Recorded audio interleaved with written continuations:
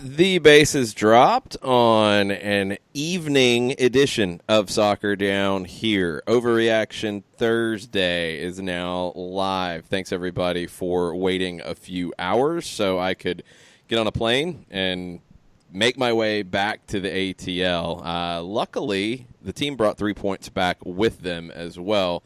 Atlanta United last night, 2-0 winners in Cincinnati. We'll get all of your reactions.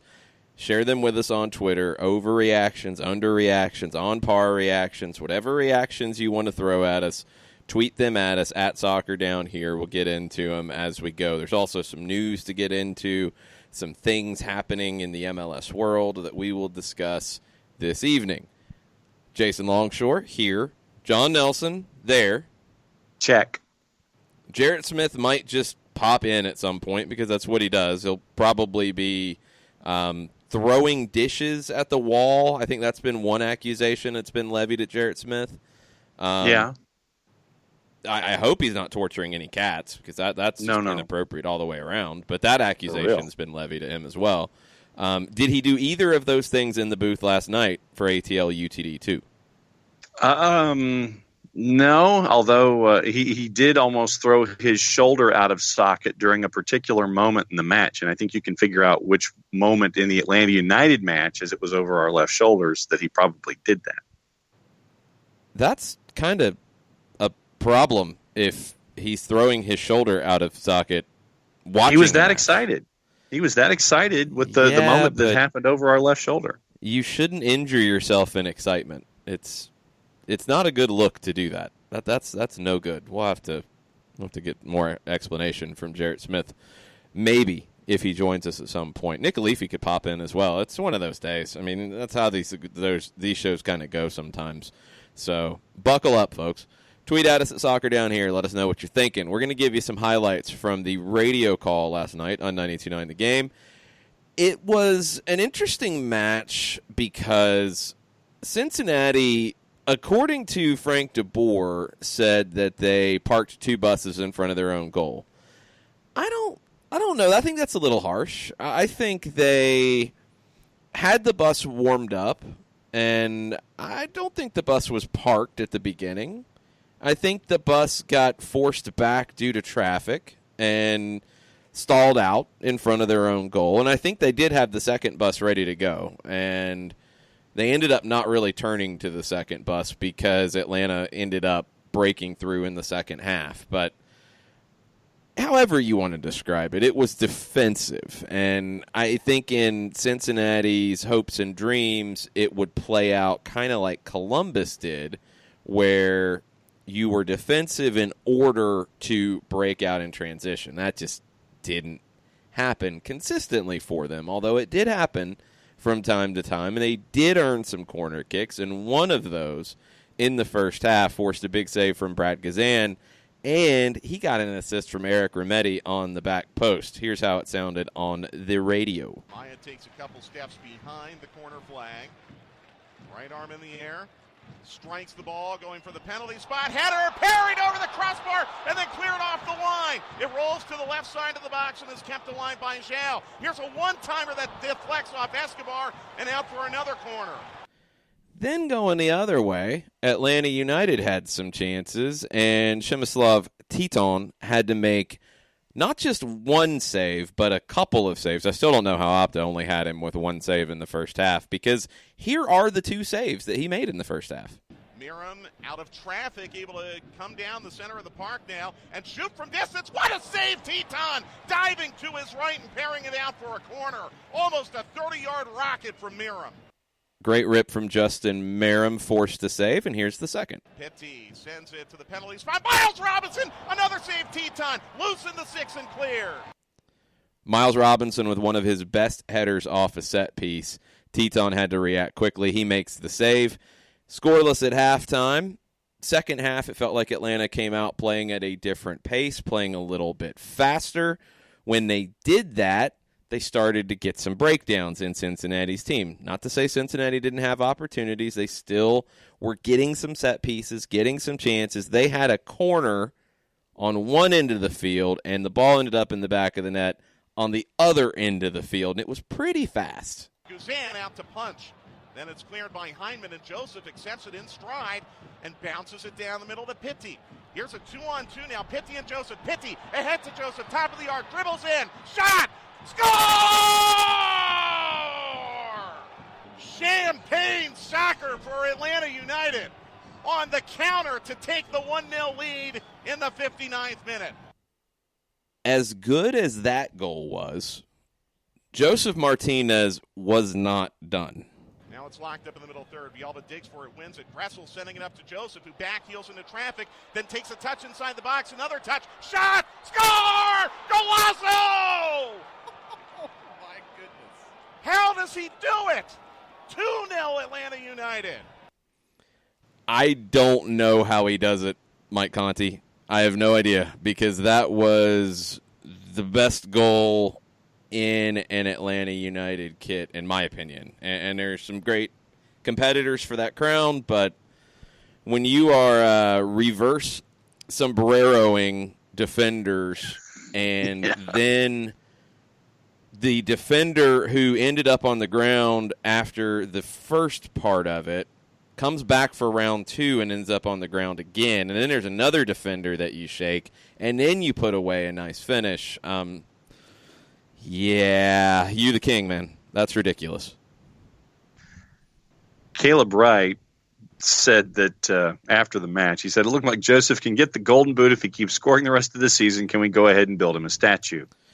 Well, the statue thing is getting a little out of hand. Usually you do that when somebody is done, and I don't think Joseph is anywhere near done. No. Nowhere near done. This guy,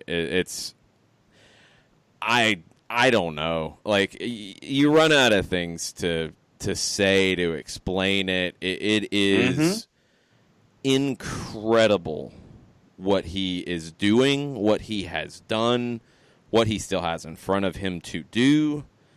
I mean, when you're getting tweets last night from FIFA.com chiming in and saying, yes, the streak that he is on is a great streak, but it's better than you think because it's the fifth best in history in any league, not just since 1994, not just since MLS was founded, ever.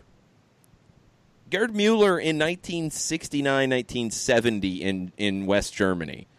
You have a player from the Polish league, Theodor Peterek in 1937-38, and Joseph Bajkan in the Czechoslovakian league at that time, 1939-40.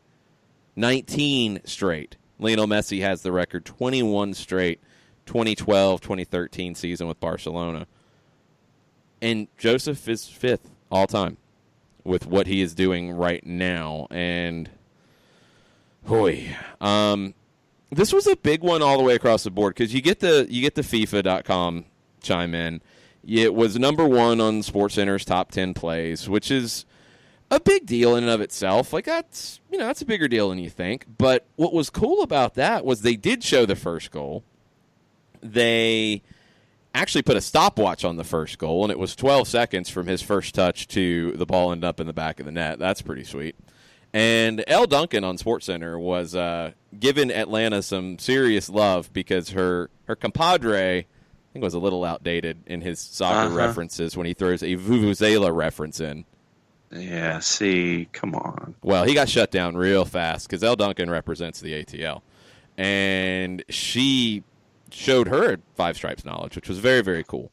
So you have all these things happening around these goals. I think Scott Van Pelt had the first goal as his best thing of the night last night. So this was a big deal all the way across the board, and it was a big win because what it does is it makes New York City and it makes Philadelphia look over their shoulder a little bit and say, oh, boy, they're not done yet. They're still coming. We got a little pressure on us, and we've got 3 out of 4 on the road to finish up. Oh, boy. Hi, how you doing? It's like the I'm good. Thanks. There you go. See, he just appears. It just happens. So you almost injured yourself on Joseph's goal. This is what I hear? Yeah. Yeah. I don't think that's how it's supposed to work. While also, He was enthusiastic. While also trying to keep up with Charleston's dreams fading into the oblivion. Well, yeah, there is that. That Battery team just looked tired, and Atlanta United 2 was like, yeah, cool. We're doing the same thing we did last year where we kind of click at the end of the year. Sorry, this gun's pointed at you.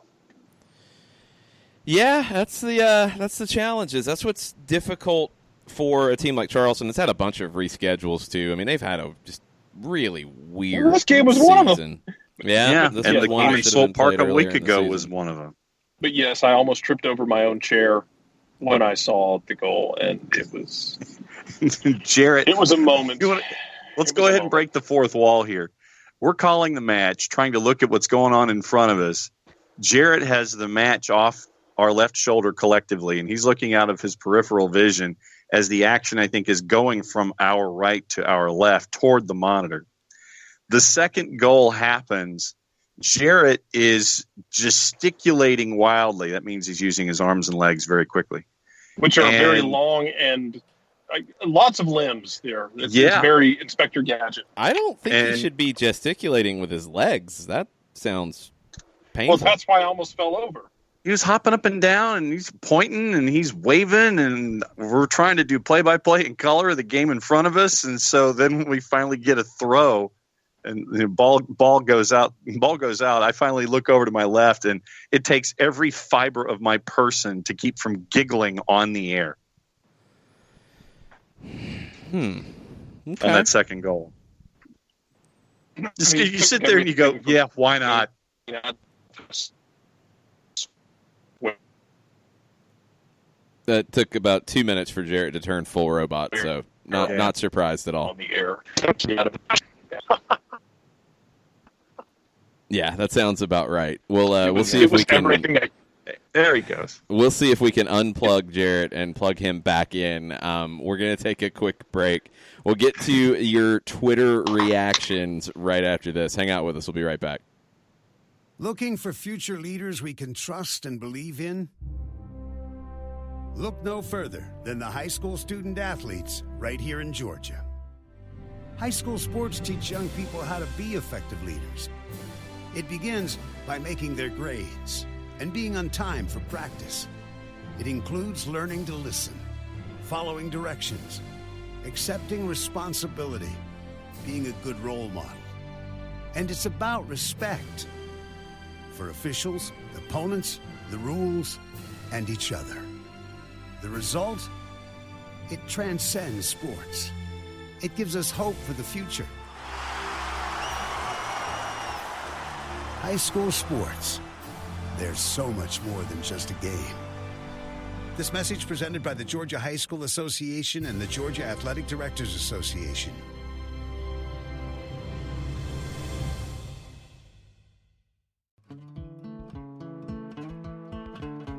Today's show is presented by Apolinsky & Associates, personal injury lawyers with over 30 years of experience, supporters of Atlanta United, Faction, and Inter-Atlanta Youth Football Club. If you've been hurt in a wreck, contact Steve today at steve@aa-legal.com or call in 24/7 at 404-377-9191. The initial consultation is free. We know that every driver is different, and a one-size policy does not fit all. That's why Country Financial offers a variety of discounts, so you get the coverage you need and the savings you deserve. From good driver to good student, multi-policy to multi-car, we've got a discount to suit every driver. Call Jason Wright at 678-568-6871 today to see what you could save. On Facebook at Jason Wright Agency, or by phone at 678-568-6871. Discounts vary by state. Policies issued by Country Mutual Insurance Company, Country Preferred Insurance Company, or Country Casualty Insurance Company, Bloomington, Illinois.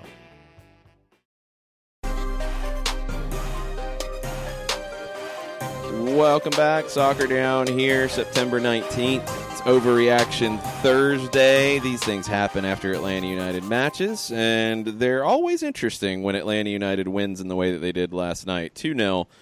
I've seen some interesting reactions all day, and I'll be curious to see what you guys thought about the match last night. Joseph with both goals. He goes to 26 scored on the season. And Atlanta is still alive in the race for first place in the Eastern Conference. John, what do we have on the Twitters?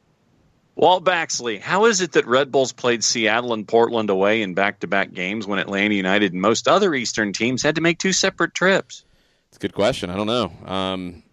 Have to ask the MLS schedulers why the Red Bulls were given an opportunity to go out and play on Sunday in Seattle and then hop on a bus and drive down to Portland and train on Monday and train on Tuesday and then play on Wednesday. Yeah, that's a little interesting when I don't think anyone else in the Eastern Conference had that opportunity. I know one team didn't. Yes. Under the Weather says that they should stop reading league media. There are 2 different articles on the MLS website that talk about how FC Cincinnati was, quote, looking like the better side as the second 45 unfolded, end quote, and how Atlanta scored their goals, quote, against the run of play, end quote. Did I watch a different game? What? No. Who wrote that? Don't know. That's an under the weather question. No, none of that's true. I don't even know where that comes from. Let's take a gander at something while we are debunking awful, vicious rumors that are nowhere near being accurate. Last night, so let's pull up some stats. Let's go into our good friends Opta and what they had to say and what they tracked. Okay, first half. Cincinnati had 6 shots. They had 1 on target. Atlanta had 9 shots, somehow credited with 1 on target, but we played 2 saves, and I saw them, so okay, at least 2 on target. Whatever. 9 shots, 6 shots. All right. Possession was 78% Atlanta, 22% Cincinnati. How in the world would you consider that to be that Cincinnati had the better of the play and Atlanta then scored in the 59th minute against the run of play? Cincinnati had about 5 to 10 minutes in the first half, probably around 30 to 40 minute marks, where they had some play. Not a lot, because they didn't have much of the ball, as you can see. But yeah, they had some of the play. They had some shots. Most of them were wild.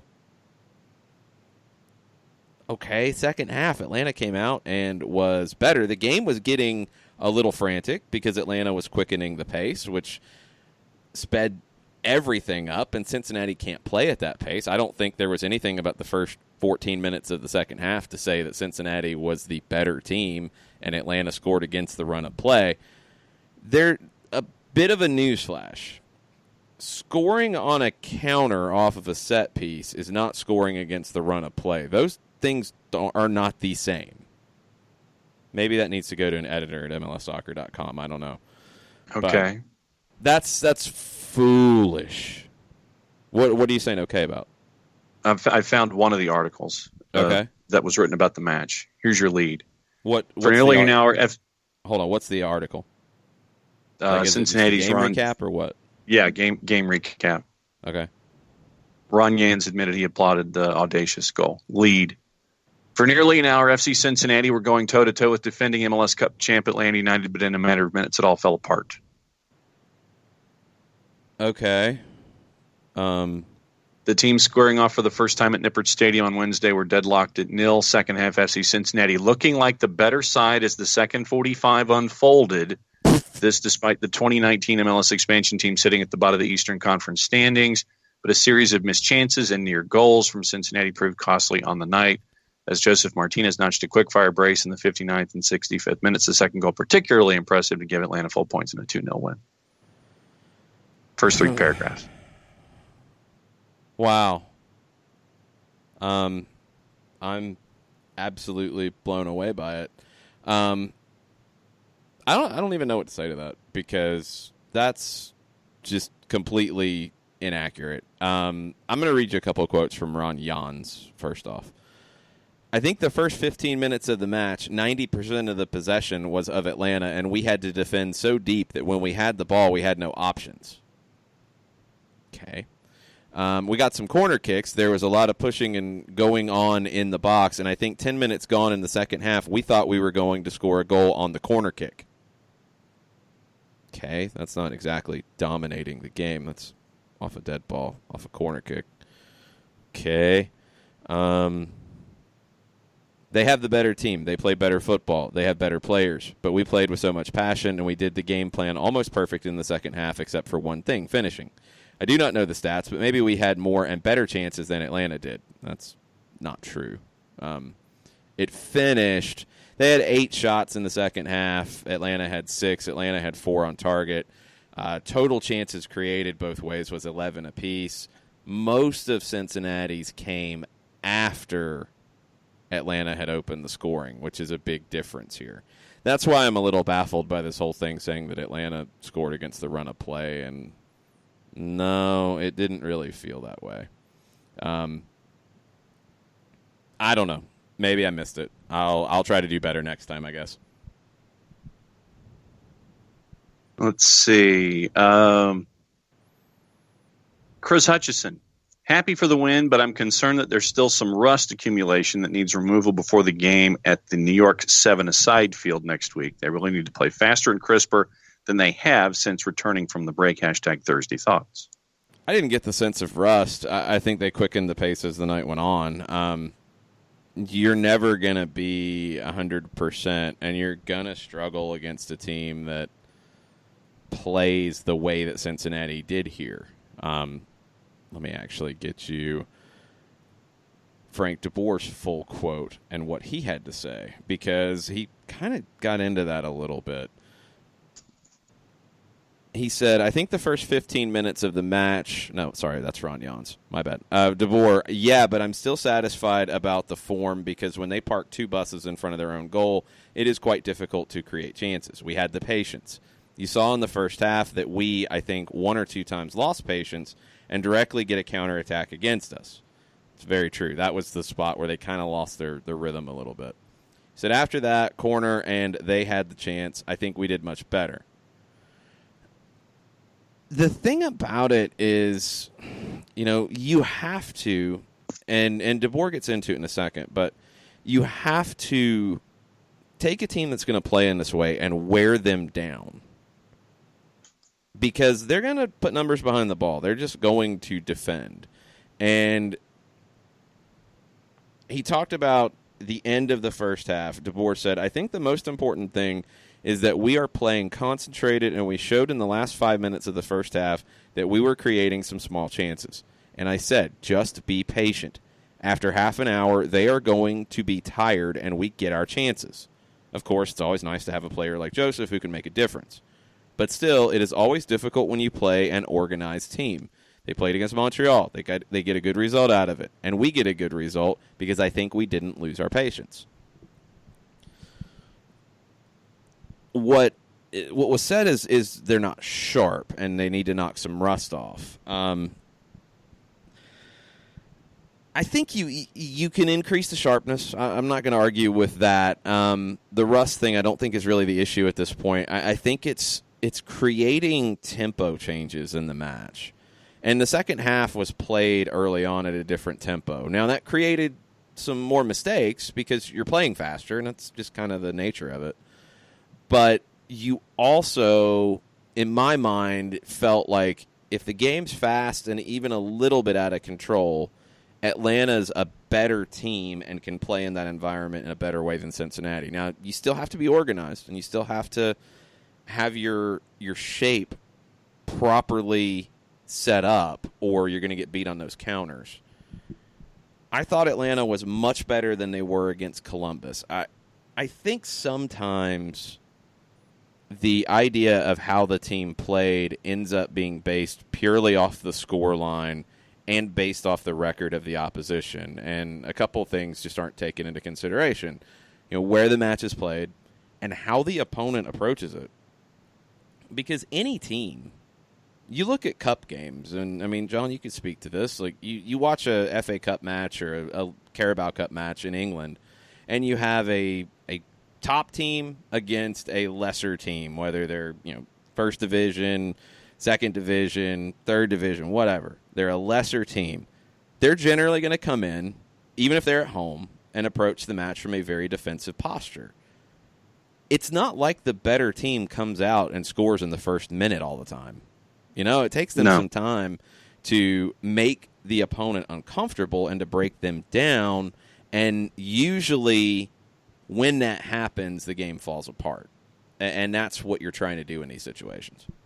Yeah, the first match that stuck in my head as you were bringing that forward was the Newport County match against Manchester City last year in the FA Cup run, where they play on an astroturfed rugby field that is dual purpose and is very quirky, and Newport was League Two at the time, so they're 3 levels below, and what they were going to do and what you see in these situations a lot of time is they're going to be very defensive. If they can get out with a replay, that means it goes to the larger stadium, they get a huge payday, and that's something else that they look to in the dynamic of playing in cups.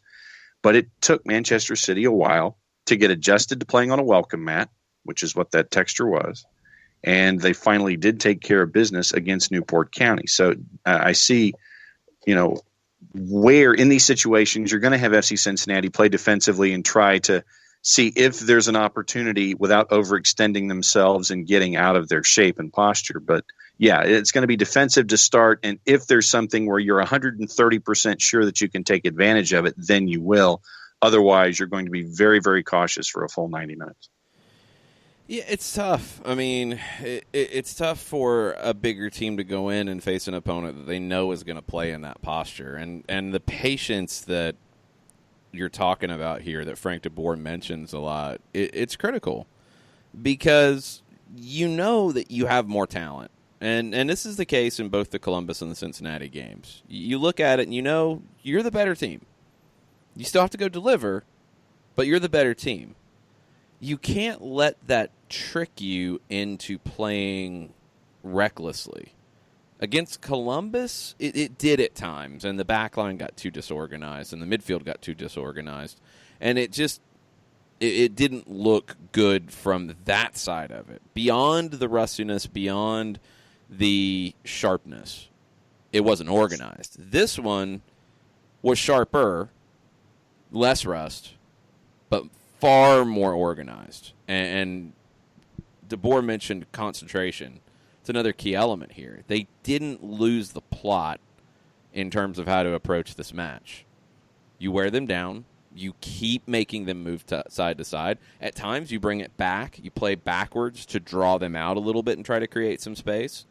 You have to defend your set piece as well, because that's where a team like Cincinnati is going to feel like this is our best chance to get a goal. It's off a set piece. That was probably their best chances to get goals, was off of set pieces. You have to defend those well. That's a lot of concentration. And then when you get the opportunity, the rare ones, to get out and transition like you did in this one, you do. And you take full advantage. And yes, having Joseph helps, but I don't think Atlanta played badly. And I've seen some descriptions beyond the ones at MLSsoccer.com that have me a little confused. I've seen some descriptions saying that Atlanta played really poorly, and I disagree with that. Atlanta it's growth and adjustment. No, that doesn't apply. To me, it's did they play good or bad?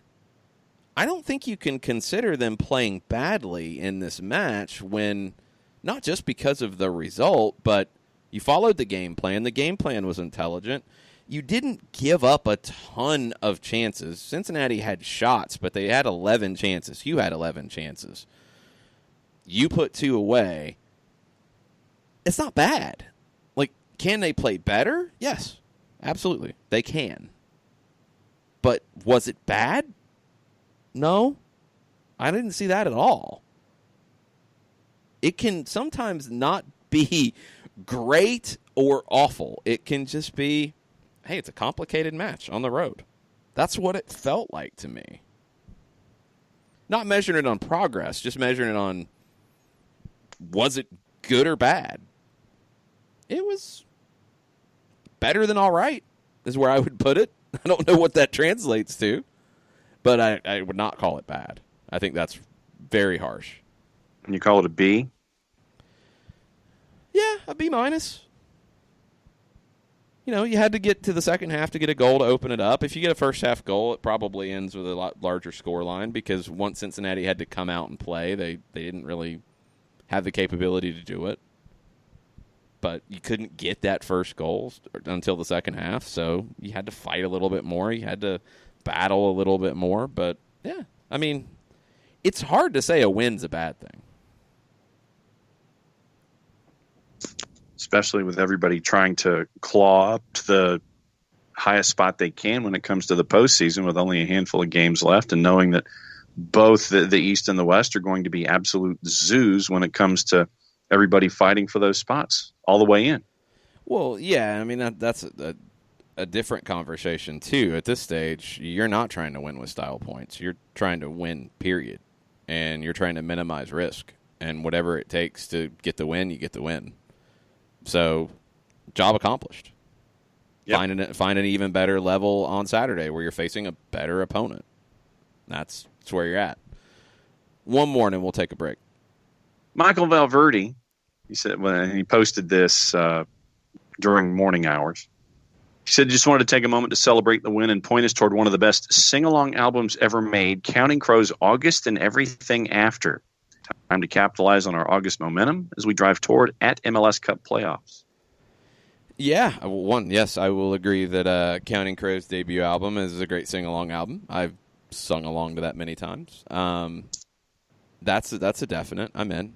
And you do want to find, I think you have to find that momentum just a little bit more because the international break and the tired legs at the very end of the month kind of took some of that momentum out, and that's to be expected.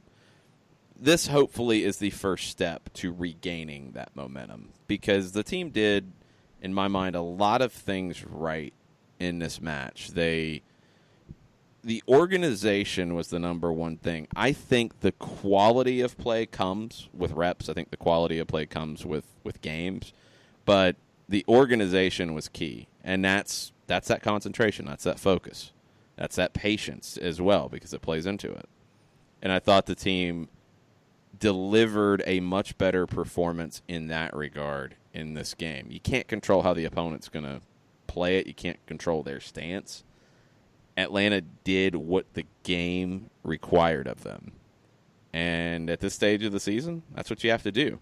We'll see if NYC and Philadelphia can do that this weekend, and we'll see if Atlanta can do that because they're going to have a very different set of requirements in the match against the Earthquakes. It's going to be a very different kind of game, and patience will be required. Bravery will also be required because they're going to play through pressure because San Jose is going to bring pressure everywhere as much as possible. And you can't go into a match like that on the back foot. You can't go into a match like that questioning yourself. You can't go into a match like that playing halfway. So Atlanta has to go in and play in a very different way than they have in their last two, but still do what the match tells them to do. And we will see how they handle that. We'll see how Matias Almeida might try to find some wrinkles to throw Atlanta off because he is an excellent manager, and we know that he'll be looking for him. We'll see how Atlanta handles it. We'll get into more of your reactions and such right after this. A ranger station. I'd like to report a bear hug. Okay. I put out my campfire and Smokey Bear hugged me. So you drowned the fire, you stirred it. Drowned it again and felt that it was cold? Uh-huh. Yeah, he's just letting you know you did good. Bear hug from Smokey Bear. Status update. I'm gonna let you go now. There are many ways to start a fire, but one sure way to put it out. Learn how you can do your part at SmokeyBear.com. Sponsored by the U.S. Forest Service, Ad Council, and your state forester. As a business owner, you know that every year brings new challenges and opportunities. The success of your business demands expertise and focus. And Country Financial can help you keep that focus by helping ensure you have the right insurance protection in place to meet your goals. Jason Wright can help you create a customized insurance plan that has coverages designed just for your business. Give Jason a call at 678-568-6871 or reach him on Facebook at Jason Wright Agency. Coverages vary by state. Policies issued by Country Mutual Insurance Company, Bloomington, Illinois. This is what matters. This is beyond X's and O's. This is the difference mutual respect makes. This is what character looks like. This is what defines us in Georgia. This is sportsmanship. School sports. It's not the outcome that matters most, but the way the games are played. This message presented by the Georgia High School Association and the Georgia Athletic Directors Association.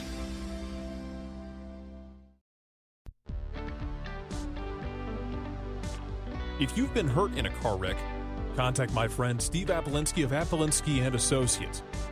He's been representing individuals for over 30 years throughout Georgia and Alabama. Email him at steve@aa-legal.com or call him 24/7 at 404-377-9191. The initial consultation is free.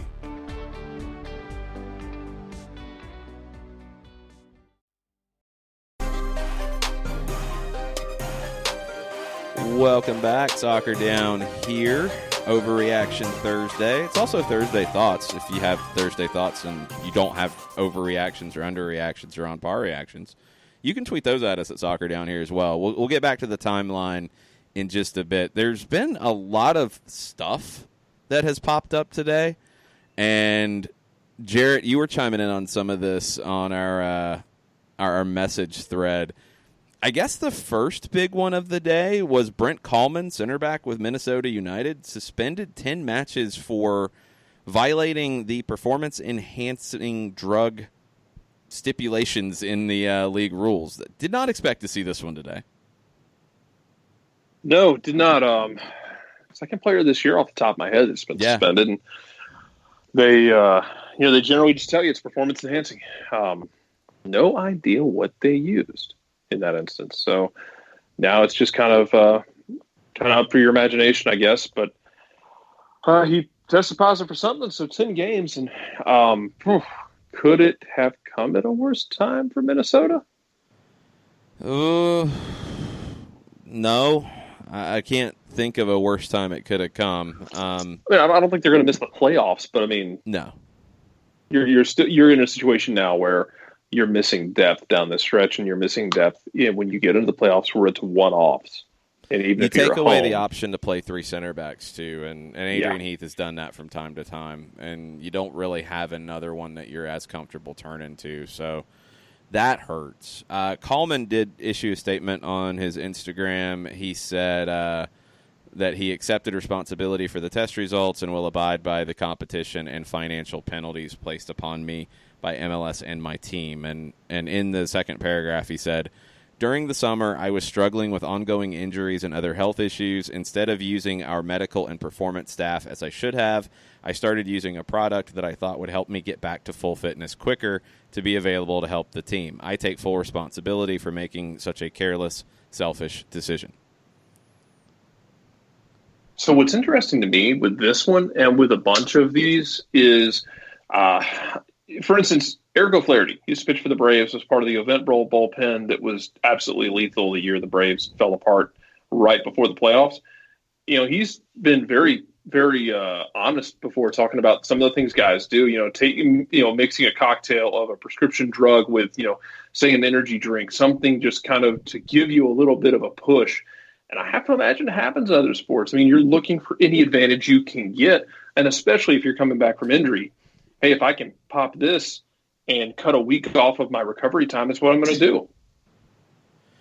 Yeah, I mean, that's the life of an athlete. You're looking for any edge you can find, and if you're dealing with injuries and you're worried about playing time and keeping a spot, these things happen. And with all of the rules about what is allowed, what isn't allowed, whenever athletes kind of go outside of the team staff, these things can happen because either, the athlete himself makes a mistake in a product that he shouldn't have, or whatever advisor he has is giving him something that is against the rules. And the team staff, that's part of their job, is to follow all the rules, and they know what players can and can't take. So Brent Coleman will miss 10 matches. There's also a pretty hefty financial penalty as well. That's going to hurt the Loons 20%. down the stretch. Yeah, 20% of that salary. That's going to be a big issue for Coleman. We'll see what the Loons do in his absence. New York City, injury update from our friend Glenn Crooks up in NYC. Dome Tarrant said that Maxi Morales is good for 60 minutes against Dallas on Sunday. James Sands could be ready in 2 weeks, and Eber is ahead of schedule and with the doctor's blessing could be available off the bench on Wednesday against Atlanta. Pretty good news all in all for NYC, John, and they're starting to get some players healthy. I don't know how much of an impact Eber could have against Atlanta on Wednesday, and it doesn't sound like Sands would be available for that. And if Morales goes 60 on Sunday, what's he going to have for Wednesday? Right. Things to consider about that match coming up at Yankee Stadium. 'Tis a puzzlement when it comes to the activity on the U12 pitch, who and how many. But what Dome Tarrant also does by saying these things is gives Atlanta United, okay, we have to prepare for all these individuals. It's that extra little bit of time having to think about what Eber can do, that extra little bit of time knowing what Maxi Morales has done in the past. So you're adding ingredients to the stew for this match midweek. So I completely understand it. Even if they don't show up, you're still giving more things that they have to prepare for on the off chance that, yeah, they're ready, but also you're preparing, and even if they don't show up. There's a piece over at Sports Illustrated about the Mike Petke lawsuit that he has filed against Real Salt Lake and owner Deloy Hansen. Not a shock that there is a lawsuit in the situation. Remember, Petke was fired after the incidents during the Leagues Cup where Petke reportedly used a word in Spanish that is regarded as a homophobic slur. The question that Michael McCann starts his piece at Sports Illustrated with is, did Real Salt Lake illegally fire head coach Mike Petke? And Petke's attorneys are saying yes. And they are arguing that RSL is liable for breach of an employment contract, intentional infliction of emotional distress, defamation, false light, and related claims. The attorneys demand a jury trial and at least $687,500 in damages. At least that. Jarrett, this doesn't sound like it's going to be much fun for Real Salt Lake to deal with. No, eventually discovery phase hits, and that's where it gets really weird for everybody. Yeah, when things start having to come out because the courts say they do, that's where it's going to get really interesting. I don't know that anybody wins in this situation. I don't know that even Petke wins in this situation. Sure as hell doesn't seem like RSL is going to either. Everyone's going to come out of this covered in something they don't want to be covered in. And it stinks that it came to this.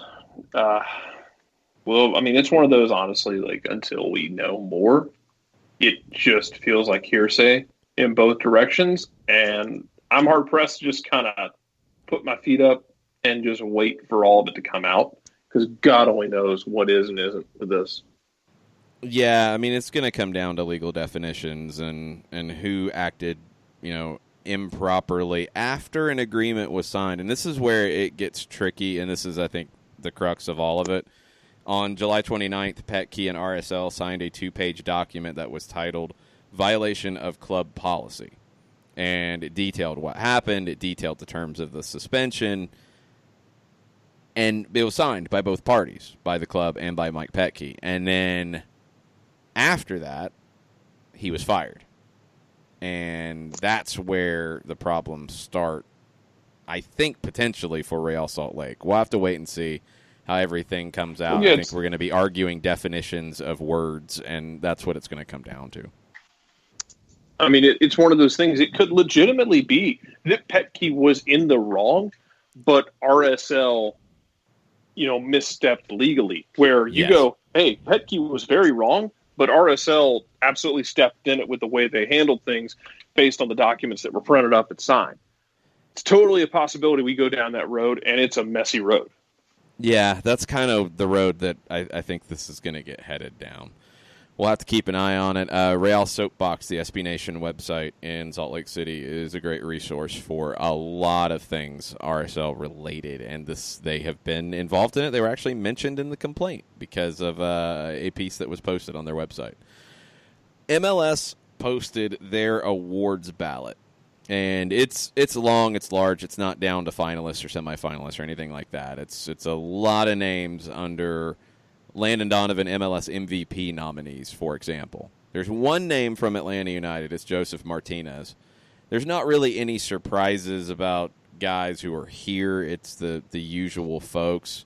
There's a few that I'm a little surprised that they're nominated. Alan Cruz from Cincinnati, Inbom Wang from Vancouver. Who else? Isn't this just kind of like letting every team get a player for the Major League Baseball All-Star game in the old days? No, because there's only one Atlanta player and there's 2 Vancouver players.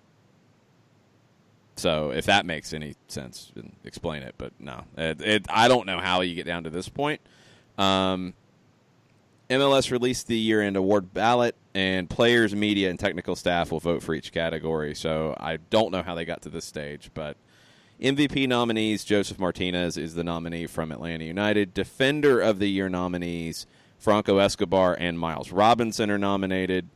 Newcomer of the Year nominees, Pity Martinez and Emerson Heineman are nominated.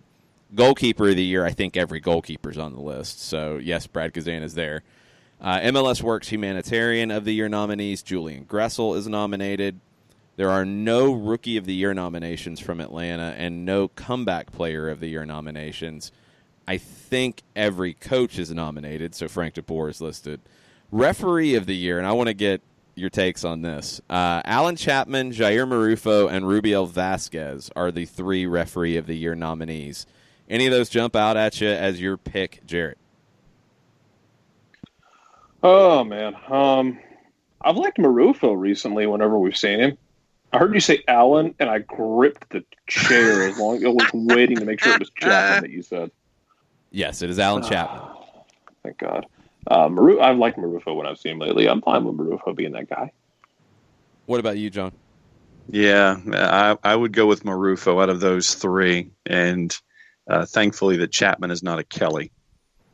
I'm going to go Vasquez. I think Marufo had some weirdness earlier in the year. I think Rubiel Vasquez is one of the up-and-coming referees that I've really enjoyed his work. I think Chapman's solid as well. All 3 of these guys are very good, obviously. None of them are nominated by accident in this case, but I'll lean to Vasquez on it. Comeback Player of the Year nominees, we had some discussion about this earlier this year, talking about somebody like Justin Merrim. Here are your nominees for this. Pedro Santos, Chris Odoyachim from D.C., Mark Anthony Kaye from LAFC, and that's probably where my pick's leaning. Yeah. AJ De La Garza, Ethan Finley, Tesho Akindele, Brian Rowe, Casper Shabilko, Steve Clark, Shea Salinas, Tommy Thompson, Jordan Morris, Roger Espinoza, Felipe Gutierrez, Nick De Leon, Richie Larea.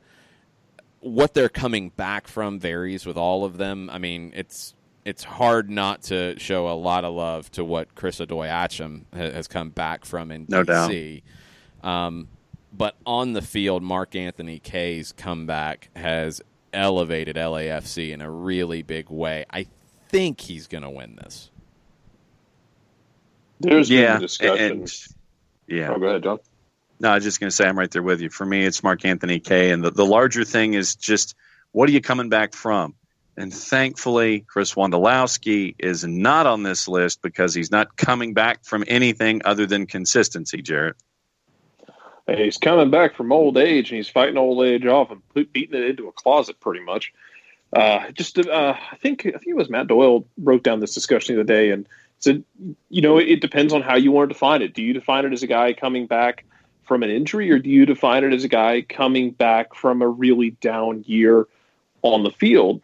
And everyone kind of looks at that differently, and not to say it's black and white with one or the other, but people rank things differently. That it's a bigger deal to come back from an injury than coming back from a miserable year, because Justin Meram is kind of in that latter category. Meanwhile, Kay is in the former category, along with the Jordan Morris. Both of them could be in that category. I still think it's going to be Kay in that category. It's just of what he means to LAFC.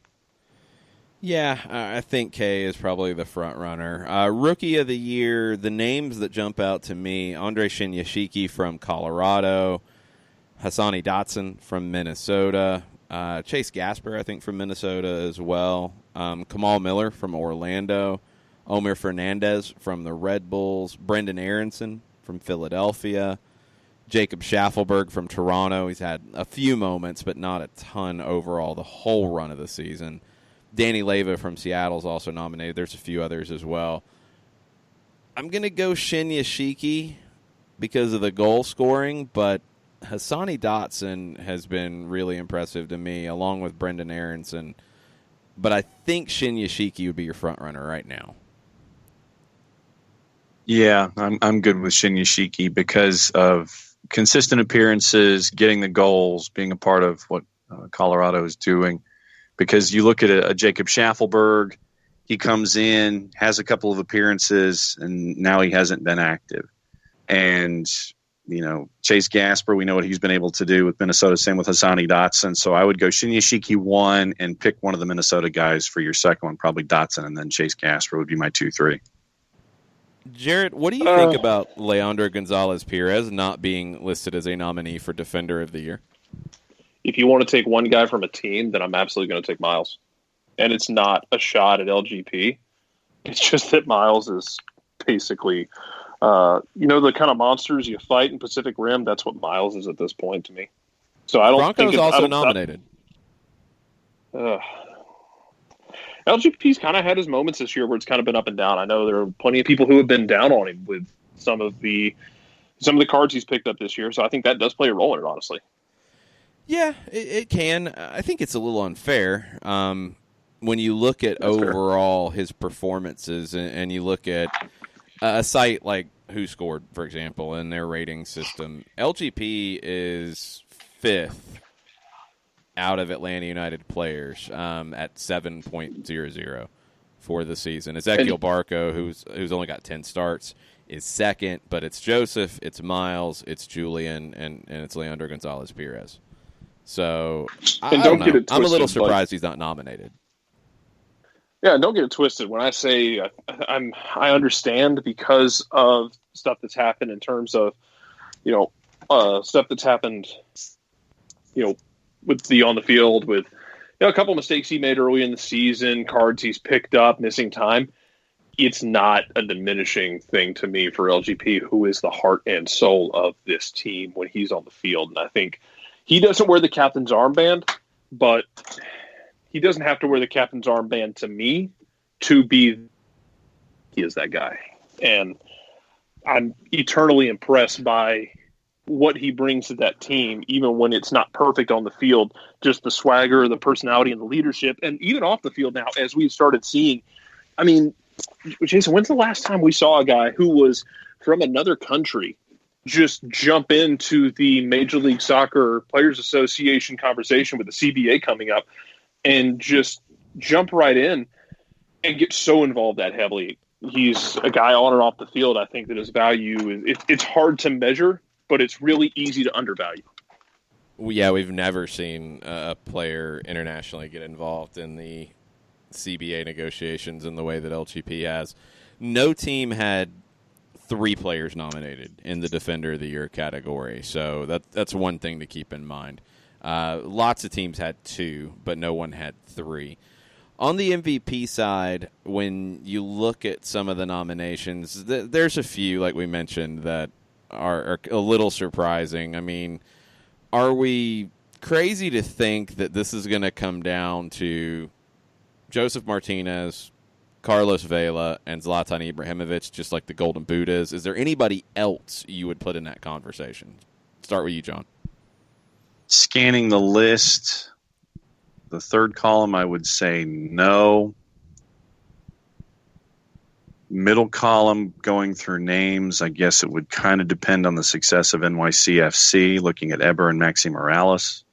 I wouldn't put Eber because he hasn't been here all season. Morales could be one of the largest assisting seasons in MLS history. I think he's in the top 8, top 6. Yeah. He's in that ballpark. He gets down to a semifinalist, finalist level. I think Harris Medunjanin should be there as well. I think he's been that good for Philadelphia. Those are the other two that jump out to me. Was there anybody else in the early portion of the alphabet for you? Well, I mean, looking at Carlos Heel, but I guess it would depend on the success of New England and when voting happens, beginning on September 24, ends on October 7. For me, I would probably put Carlos Heel in there somewhere as a top 8, but I think my 3 are everybody else's 3. It's Joseph, Zlatan, and Vela. Jarrett, what about you? Anybody else jump out to you that should be in that top 3 outside of Joseph, Vela, or Zlatan? Medunjanin would make sense. I don't think it would happen. I don't think he would make that finalist. It's just not as flashy. And, for better or worse, it's kind of a flashy position. It's a flashy title, and you're looking at guys who are flashy. As far as I'm concerned, it's Vela's to lose. Vela's pretty much, as far as I'm concerned, probably wrapped it up. Because even if he doesn't score another goal this year, just his total numbers, him being that guy on that team with everything they've done this year, I think it's Vela's at this point. I think that the numbers are absolutely absurd, and just what the team has done as a whole, what he's meant to that team, especially now that we've seen him out and they looked a little pedestrian, at least a little mortal when he wasn't in there. Then I think you can throw in the idea of how do you define valuable for those people and what he brings to that team. In the same way that you define the value for Joseph and the raw energy that Joseph brings to Atlanta United. I don't know what it would take for Zlatan or Joseph to jump him in that MVP race. Man, maybe maybe somebody popping off like 35 goals by the end of the regular season, something like that. And Vela doesn't score another one. And I don't know, kicks a cat on the field, something like that. That's probably what you're talking about. Zlatan, I think, deserves a lot of consideration here because I feel like if you took those players off of their teams, the team that would have the biggest hit would be the Galaxy. Long term, I think they're a better team if they create a way of playing that is not Zlatan dependent. But right now, I feel like the Galaxy are not anywhere close to a playoff team without Zlatan. So the others, I think, are playoff teams, just not nearly as good as they have been. Let's take a break here, wrap up the first hour. We'll come back, get back into the Twitter timeline right after this. Looking for future leaders we can trust and believe in? Look no further than the high school student athletes right here in Georgia. High school sports teach young people how to be effective leaders. It begins by making their grades and being on time for practice.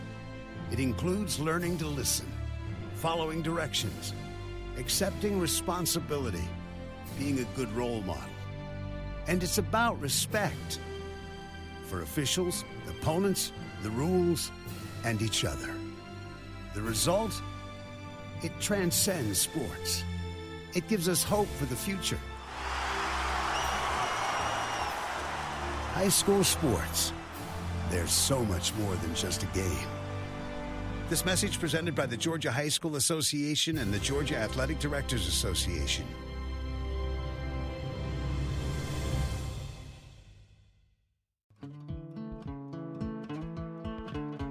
Today's show is presented by Appolinsky & Associates, personal injury lawyers with over 30 years of experience, supporters of Atlanta United, Faction, and Inter-Atlanta Youth Football Club. If you've been hurt in a wreck, contact Steve today at steve@aa-legal.com or call in 24/7 at 404-377-9191. The initial consultation is free. We know that every driver is different, and a one-size policy does not fit all. That's why Country Financial offers a variety of discounts, so you get the coverage you need and the savings you deserve. From good driver to good student, multi-policy to multi-car, we've got a discount to suit every driver. Call Jason Wright at 678-568-6871 today to see what you could save. On Facebook at Jason Wright Agency, or by phone at 678-568-6871. Discounts vary by state. Policies issued by Country Mutual Insurance Company, Country Preferred Insurance Company, or Country Casualty Insurance Company, Bloomington, Illinois. You're listening to Soccer Down Here daily on SDH Networks, a division of OSG Sports. Find us at Soccer Down Here on Facebook and Twitter. The time is now the top of the hour. Peep, y'all. Welcome back. Second hour, Soccer Down Here, September 19th edition. Evening edition due to travel back from Cincinnati. Atlanta wins 2-0 last night in one of at least a few Queen cities. I mean, I know Charlotte's a Queen city. Cincinnati's a Queen city. Are there any other Queen cities out there masquerading to be the one and only Queen city? As John goes to Google, because that's what he does. Because the only ones I know of are Cincinnati and Charlotte. Yeah, I felt like there might be another one, but I could be wrong. Beautiful stadium. If you get a chance to go to Cincinnati next year, because that'll be the last year at Nippert if construction goes well on the new building, go. It's a cool place to see a game. It was a unique view for us. We were very high up, very steep yes, you were seating. We did not have a monitor in the booth, and that was a little tricky at times. Like, for example, when Leandro Gonzalez-Perez ended up with studs in a very sensitive portion of his anatomy, we didn't have a good look at it, and we didn't really get it until people started sharing images of that on social media, which was very helpful, and we appreciate that. When you look at the game last night, how did he not stab somebody? I don't know. And I'm impressed. That's what was funny to me is that he started getting booed every time he touched the ball after he vociferously complained about that situation. And I'd like to see what everybody else's reaction is if that happened to them. I would not be very happy about it. I can tell you that much. I wouldn't be happy either. Okay, that's a cheap joke, but I don't think that happened. I think it was 38 more above that. cities are named Queen cities in the United States alone. Well, I mean, we're not talking about somewhere like Sheboygan, like real cities, like bigger cities. Well, let's see. Anchorage, Bangor. We'll give Buffalo. Alaska some love on Anchorage. Buffalo says they're a Queen city? Queen city of the Great Lakes. Oh, no, they're qualifying their Queen cityness. Yeah, there are a lot of them who are qualifying themselves as Queen cities of blank. Cincinnati and Charlotte do not qualify it, correct? They do not. That's what I thought. But Charlotte is named the Queen City because of Charlotte of Mecklenburg-Strelitz, the Queen Consort of the United Kingdom. Okay. Well, I mean, that makes sense. Why is Cincinnati called the Queen City while you're Googling Queen City of the West? So it is qualifying it. Yeah, I always just thought that they were the Queen City, but it says it's Queen City of the West. Okay. It was west of stuff back in the day. It's not really that far west Denver. Anymore. Queen City of the Plains. Okay. I've never heard Denver called a Queen City. I think that's bogus. I haven't either. The home of the Super Bantams apparently is listing themselves as a Queen City. Okay. Like I said, we're talking about cities. Like big cities. Gainesville, Georgia. They big list cities. themselves as a Queen City. Yeah, that doesn't count. We're not talking about smaller cities. Let's see. Seattle used Queen City as its official nickname from 1869 until 1982. Well, see, they dropped it, so they had some common sense. Good on you, Seattle. And then the ones who have not qualified for any other reason include Tuscaloosa and Virginia Beach. Yeah, they don't get into that conversation. They're not competing with Cincinnati or Charlotte. It'll be interesting to see what happens if Charlotte does get an MLS team, and then we have the Queen City Derby, because it'll happen, and there'll be scarves and T-shirts made, and it'll be one of those things. Cincinnati was a fun place for the match, definitely. Nippert's a great place to see a game. Highly recommended. So put that one down on your list. It's a drivable one. It's actually, which I did not realize, it is the closest rival for Atlanta United right now by about 30 miles or so. It's by a very short distance over Orlando. But it is the closest rival for Atlanta United until Nashville kicks off next year. We will talk about the expansion draft stuff that popped up today. Some rules and regulations have been established for the expansion draft that is coming up at the end of the season. We'll talk about that as we finish up today. It's the expansion draft. Don't overreact. But, yeah, it's something that teams have to look at, and you have to look at with rosters and how to manage stuff. Let's get back into the Overreaction Thursday timeline, John. What do we have? Tafka is trying to decide if there is a striker more well-rounded than Joseph Martinez in world soccer. He can score from distance. Would like to have a word. Score from distance, can tiki-taka to a walk-in, aerially brilliant, can crash for the one-touch finish, can poach, assist, provide hold-up play, may not be as dominant as others at any one particular method of scoring, but I can't think of a player who does them all so well. Like I said, Lionel Messi would want to argue about that. What do you think, Jarrett? Oh, man. Messi would like to argue. A younger Cristiano Ronaldo would like to argue. Falcao would probably like the seat at the table to at least be in the discussion. And a number of players that have found their way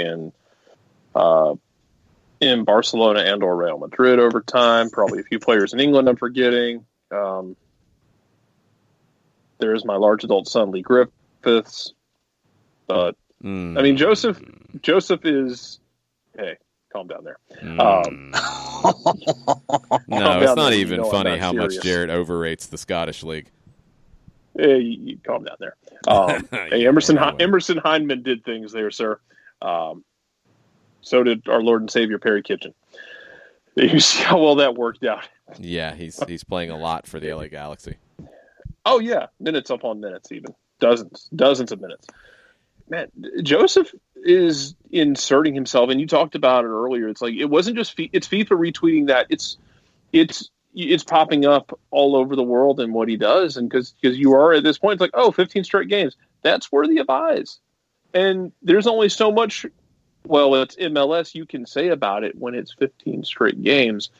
And a lot of them have included goals that make you just go, well, okay, then.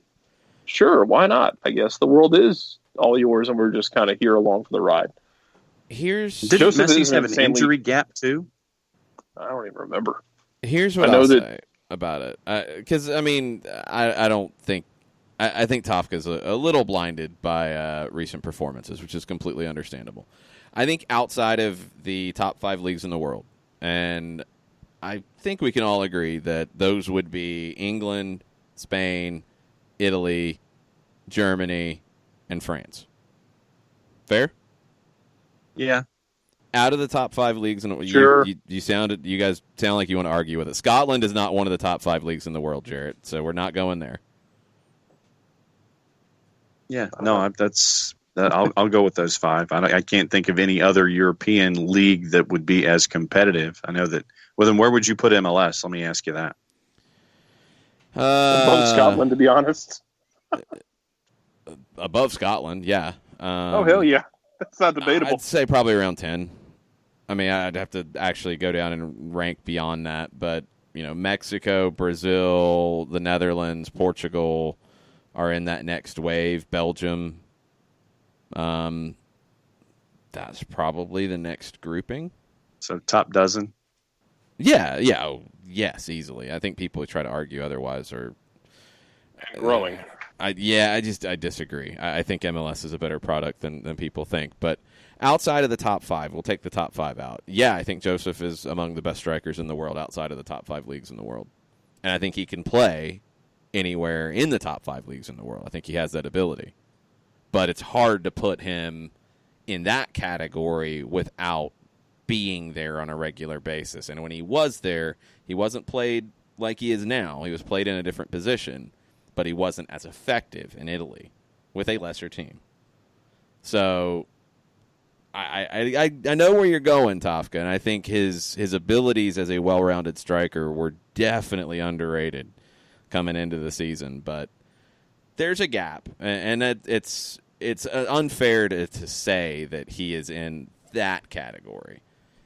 What he's doing is unbelievable in any league to score in this many games in a row and affect this many games. So that's effective in any league. Nightmare.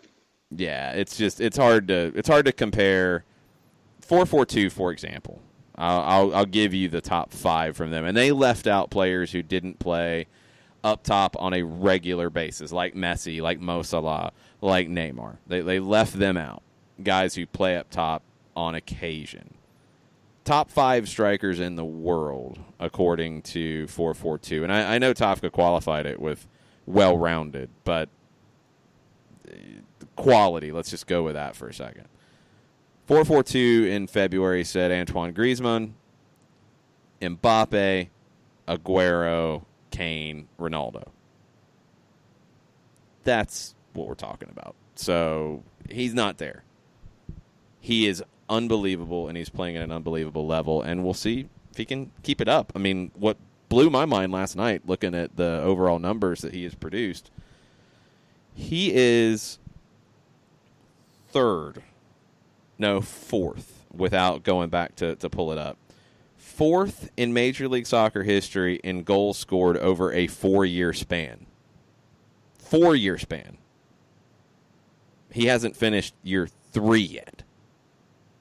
That's insane. That's just insane. That's ridiculous. He's got the record for most in a 3-year span by a wide margin, and he's closing in on the record for a 4-year span before even starting year 4. Joseph Martinez is a nightmare if you're not an Atlanta fan. And he's a nightmare in any sport. He's just that kind of enigma that you don't ever want to have to deal with, in that he's insanely talented. He's probably going to terrorize your team, especially if you're a rival team. He's in his 20s, in his mid-20s. He's got plenty of time left, and he has no interest in leaving, allegedly. Like, that's the nightmare. I mean, if you're a fan of a sport, that's the nightmare. To have a guy who is terrorizing you and terrorizing the rest of the league, and you can think in college, it's like, all I got to do is put up with Tim Tebow for a couple of years and he'll be gone. It doesn't work that way in this situation. You can think traditionally, well, I only had to deal with Tyler Adams for a bit before he went to Europe. Joseph may not go. He might hang out for another 7+ years. That's a nightmare. But it's a blessing for Atlanta. If you haven't had a chance to see it yet, the MLS video piece that came out, I believe today, it might have come out yesterday, the barber shop piece. Very cool premise anyway. I like the idea. I'll be curious to see how these go over the season. They're going to do a few of them around the league. Joseph had some really great comments. He talked about how much he loves the fans here in Atlanta, loved being here and all the things around it. The funniest thing to me was him saying that his grandparents love Miguel more than they love him, and they're always calling Miguel to check in on him, make sure he's eating well. And with Joseph, it's kind of like, yeah, okay, yeah, hi.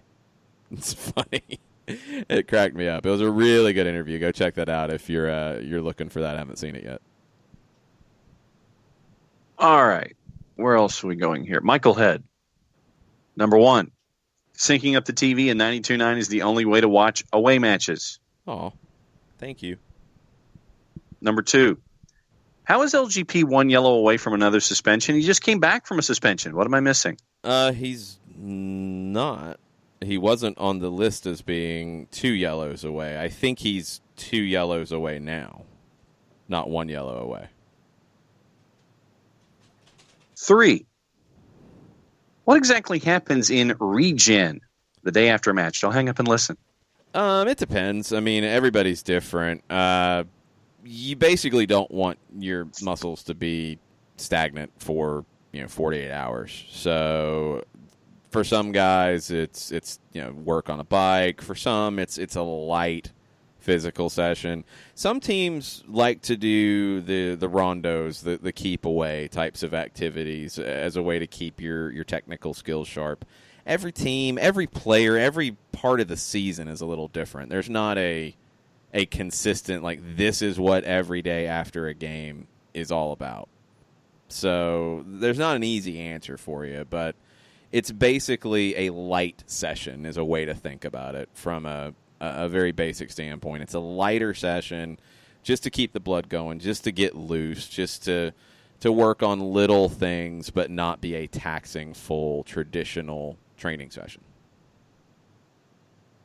Both Alex and Michael Head are wishing for the statue to go ahead and be built. Alex, from Stoppage Time, is saying that the statue needs to be Joseph riding the Falcon. And Alex did have a cool point, and if there's ever a way we can ever pull it off, I'd love to do it. When we did the All-Star Show Wednesday morning, and it is catching up with each one of the All-Stars individually, Alex said that he would love to have basically all of them in a room for one of these kind of sessions. I'd love that. Pin all them down one time. Yeah, we'll have to work on that. I am looking right now at the match notes that I don't think are 100% completed from both teams yet, but the MLS game guide that goes out to the media does not have Leandro Gonzalez-Perez being suspended on his next yellow. I wanted to make sure of that. Eric Remedi is the regular who is on that tightrope. San Jose has a few.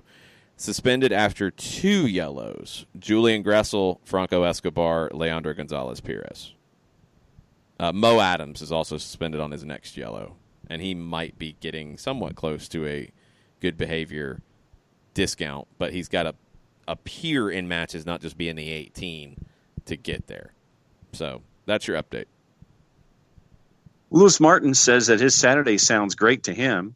Listen to UT in Florida on the way to Atlanta. Take a friend to his first Atlanta United match. Listen to UGA and Notre Dame on the way home. The middle part's good. The last part's good. That first part, First, it's no longer the first Saturday in October. No, we haven't gotten to October yet. Yep. Caleb Cook. Joseph is awesome, period. Some guys are looking tired. Jarrett, let me ask you this first. Who would you like to see get some rest?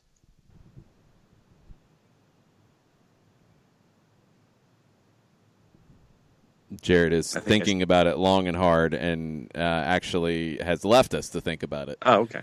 So, well, then never mind. Then, Jason, who would you like to see get some rest? I don't think anybody's tired.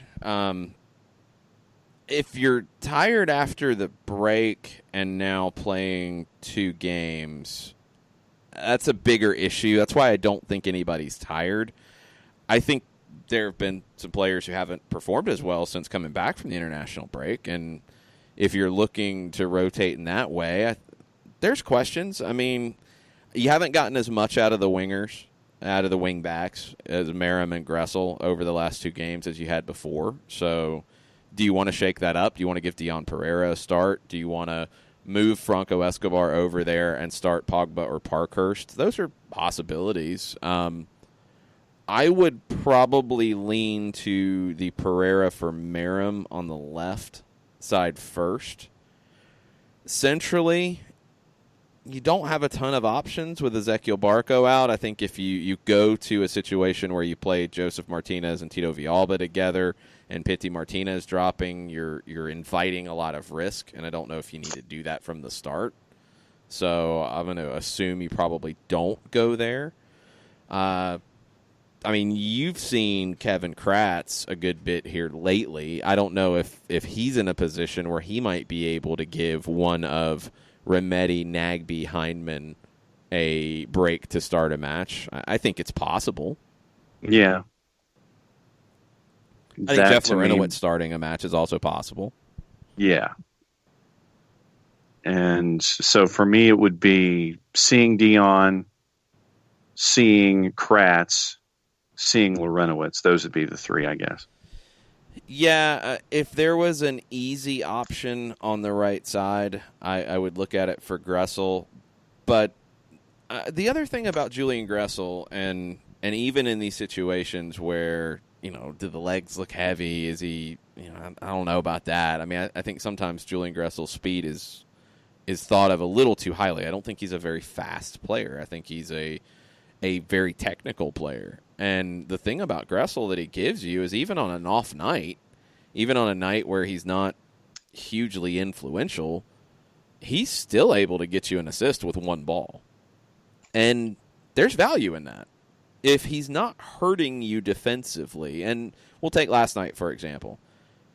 Cincinnati really didn't get much going to where they picked on Julian Gressel defensively. I thought the battle between Gressel and Andrew Gutmann was a good one. I thought Gutmann probably edged it. Not by a ton, but a little. That's okay. Gressel also picked up an assist. Now, Joseph did most of the work on it, but still, that's an assist. I thought Gressel had a couple moments where he looked very dangerous, had a shot that just fizzed over the crossbar in the first half. So do you want to pull him because he's not looking great for 90 minutes when you don't have an easy-to-plug-and-play option? I'm going to lean to no there. I think the plug-and-play option is Pereira for Merrim, and I'd be okay with that. You have to factor in the quick turnaround on Wednesday at Yankee Stadium, and that's where I'm not necessarily where Caleb is in terms of saying that players are looking tired, but if you project that after another match they're going to look tired if they start on Wednesday at Yankee Stadium, and how can you manage that, then that's I think a little bit more of the question here. And that I'll be curious to see, because San Jose is a unique challenge in and of itself.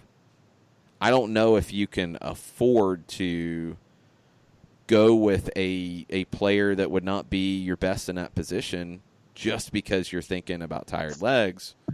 San Jose will punish you for that. I think they're a good enough team to do it. It's a tricky situation. And you're in this spot because of the loss to Columbus. If you'd picked up 3 points there, then maybe you're thinking a little differently. Maybe you can take a little bit more of a risk with the lineup. Right now, I think you kind of have to go with it, because you ride out this regular season. You play Saturday on short rest. You play Wednesday on short rest. You play the following Sunday on short rest. Then you have a week. Then you play the final match of the regular season against New England. Then you have the international break to rest ahead of your first knockout round playoff match. You're going to have time to recover before the playoffs start. I think you kind of just have to go with your first choice. Pereira for Merrim would be the one that, if you feel like Justin Merrim is a little tired at this point, that's an easy substitution without a ton of drop-off. Carlton scored again. He's looked good. What's the latest on him? Anything new? No, I mean, it's just keep performing well. I think Andrew Carlton is doing everything that the club is asking him to do right now. He has stepped up, and he's been, I think, hugely influential in matches with the twos. Not just because he scored early, not just because he scored in this one. I mean, Luis Fernando, the work from Luis to set that up for Carlton last night was exquisite. I think Carlton is playing a very Pity Martinez kind of role with the twos, where he's very free to create and look for opportunities for himself, and he's taking full advantage. And he's finding some consistency, which is the most important thing for any young player. I think he's doing exactly what he needs to do. I don't see him as a player who's, at this stage of the season, is going to jump into a starting spot with the first team. I think, judging him on that basis is unfair. Take the minutes, whether they're with the twos or off the bench with the first team right now. Take the minutes and make the most of every single minute you get. That's what Andrew Carlton needs to focus on right now. I think he's done that for the last probably 4 to 6 weeks. Yeah, ever since the red card in Hartford. Before that. I'll go before that. Because I think the game before that match, the Hartford red card, I think a lot of people overreacted to it, honestly. Do you want to see that? No. Another thing that kept coming up, A lot of people, because of the commentary that day on the broadcast, thought that he got red carded for something he said. The report from the referee was a red card for violent conduct. And that was something that I noticed in the broadcast and mentioned, that the referee kind of mimicked why he red carded Andrew Carlton to Jose Hernandez right after it. That's a little bit of a difference in my book. It is. It sounds silly, and maybe I'm picking a hill to die on here for no reason, but if you lose your cool and in that case say something that is egregious enough to get a straight red, that's a big issue. In this case, what happened, this is right after Andrew Carlton took a studs-up challenge to his calf that I believe was not even called a foul. No. It was a borderline red card situation if you're going to say that it was intentional, and it was nothing. And almost right after that is when this happened. And, he lost his head, and he kicked out at a player that he was pulling back. He was holding him by the waist and the shirt and pulling him back to try to commit the professional foul at midfield, and he kicked his legs out from under him. That was a dumb decision, and he got red carded for it. It's not the end of the world. The match before the Hartford match was the win at home against Swope Park Rangers. Yeah, and I thought he played well there. And I thought he's played well since the red card suspension. He missed a game or a week with cold. Yeah. And that's it. And he's been really, really good. So I'll put his resurgence back before the red card and say that it's been 4 to 6 weeks that Andrew Carlton has been what you're asking him to be right now. Frank DeBoer has addressed this next question that he has. Bello's been healthy. Chances of seeing him with the first team? Not high, because Bello won't be available in the postseason because Frank DeBoer has said that he will be going to the U17 World Cup. And, of course, he's got to be picked. And he was part of the last camp ahead of the tournament, so I would assume he will be picked. That's going to take him out of the postseason. So unless it's a situation where you're shorthanded and you just need a body to fill out the 18 or need a body to play left wing back, then I don't think you necessarily see him with the first team until next year. And I'm okay with that. I think once we saw that after he got some appearances with the twos and got up to 90 minutes fit with the twos, once we saw that he wasn't then moving into the 18 with the first team, and with that U17 national team call-up, kind of thought that maybe this was the route it was going to go, was focus on the World Cup, make that the high point of your calendar year in 2019, and then prepare for the 2020 season where you are going to be penciled in as a starter. That seems reasonable at this point. So I'm not expecting to see Bello with the first team the rest of the way unless there's a situation where you have to break glass, essentially. Let's take a break here, and we'll come back and make sure we finish up the Twitter timeline, and there's a couple other things we'll touch on as well right after this. A ranger station. I'd like to report a bear hug. Okay. I put out my campfire and Smokey Bear hugged me. So you drowned the fire, you stirred it, drowned it again, and felt that it was cold? Uh-huh. Yep, he's just letting you know you did good. Bear hug from Smokey Bear. Status update. I'm gonna let you go now. There are many ways to start a fire, but one sure way to put it out.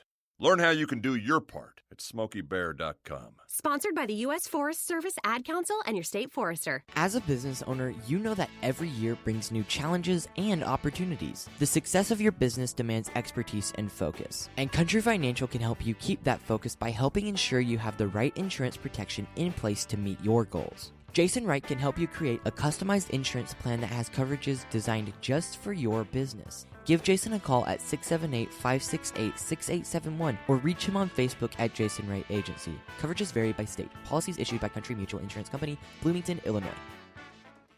This is what matters. This is beyond X's and O's. This is the difference mutual respect makes. This is what character looks like. This is what defines us in Georgia. This is sportsmanship. School sports. It's not the outcome that matters most, but the way the games are played. This message presented by the Georgia High School Association and the Georgia Athletic Directors Association.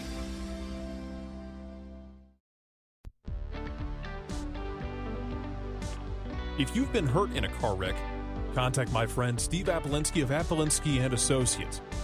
He's been representing individuals for over 30 years throughout Georgia and Alabama. Email him at steve@aa-legal.com or call him 24/7 at 404-377-9191. The initial consultation is free.